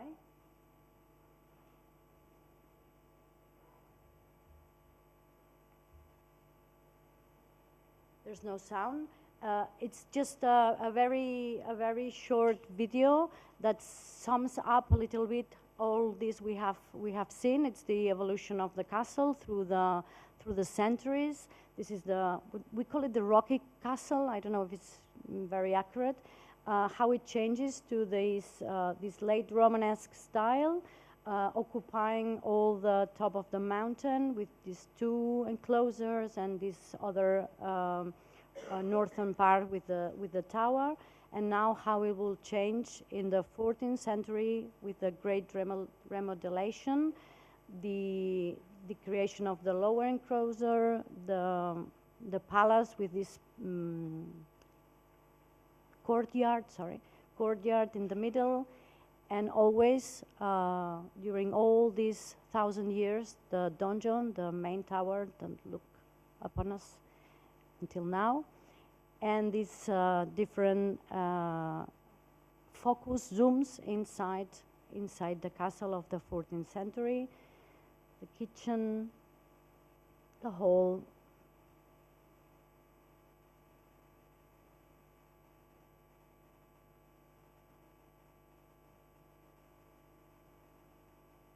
And the chapel. And that's it. Thank you very much. Thank you.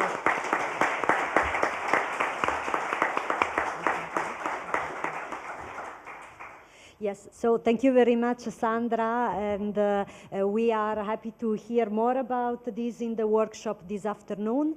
We are a bit running out of time, so I will give the floor to Antonella, the project coordinator of EUreka3D, for a final conclusion. Please, Antonella, the floor is yours.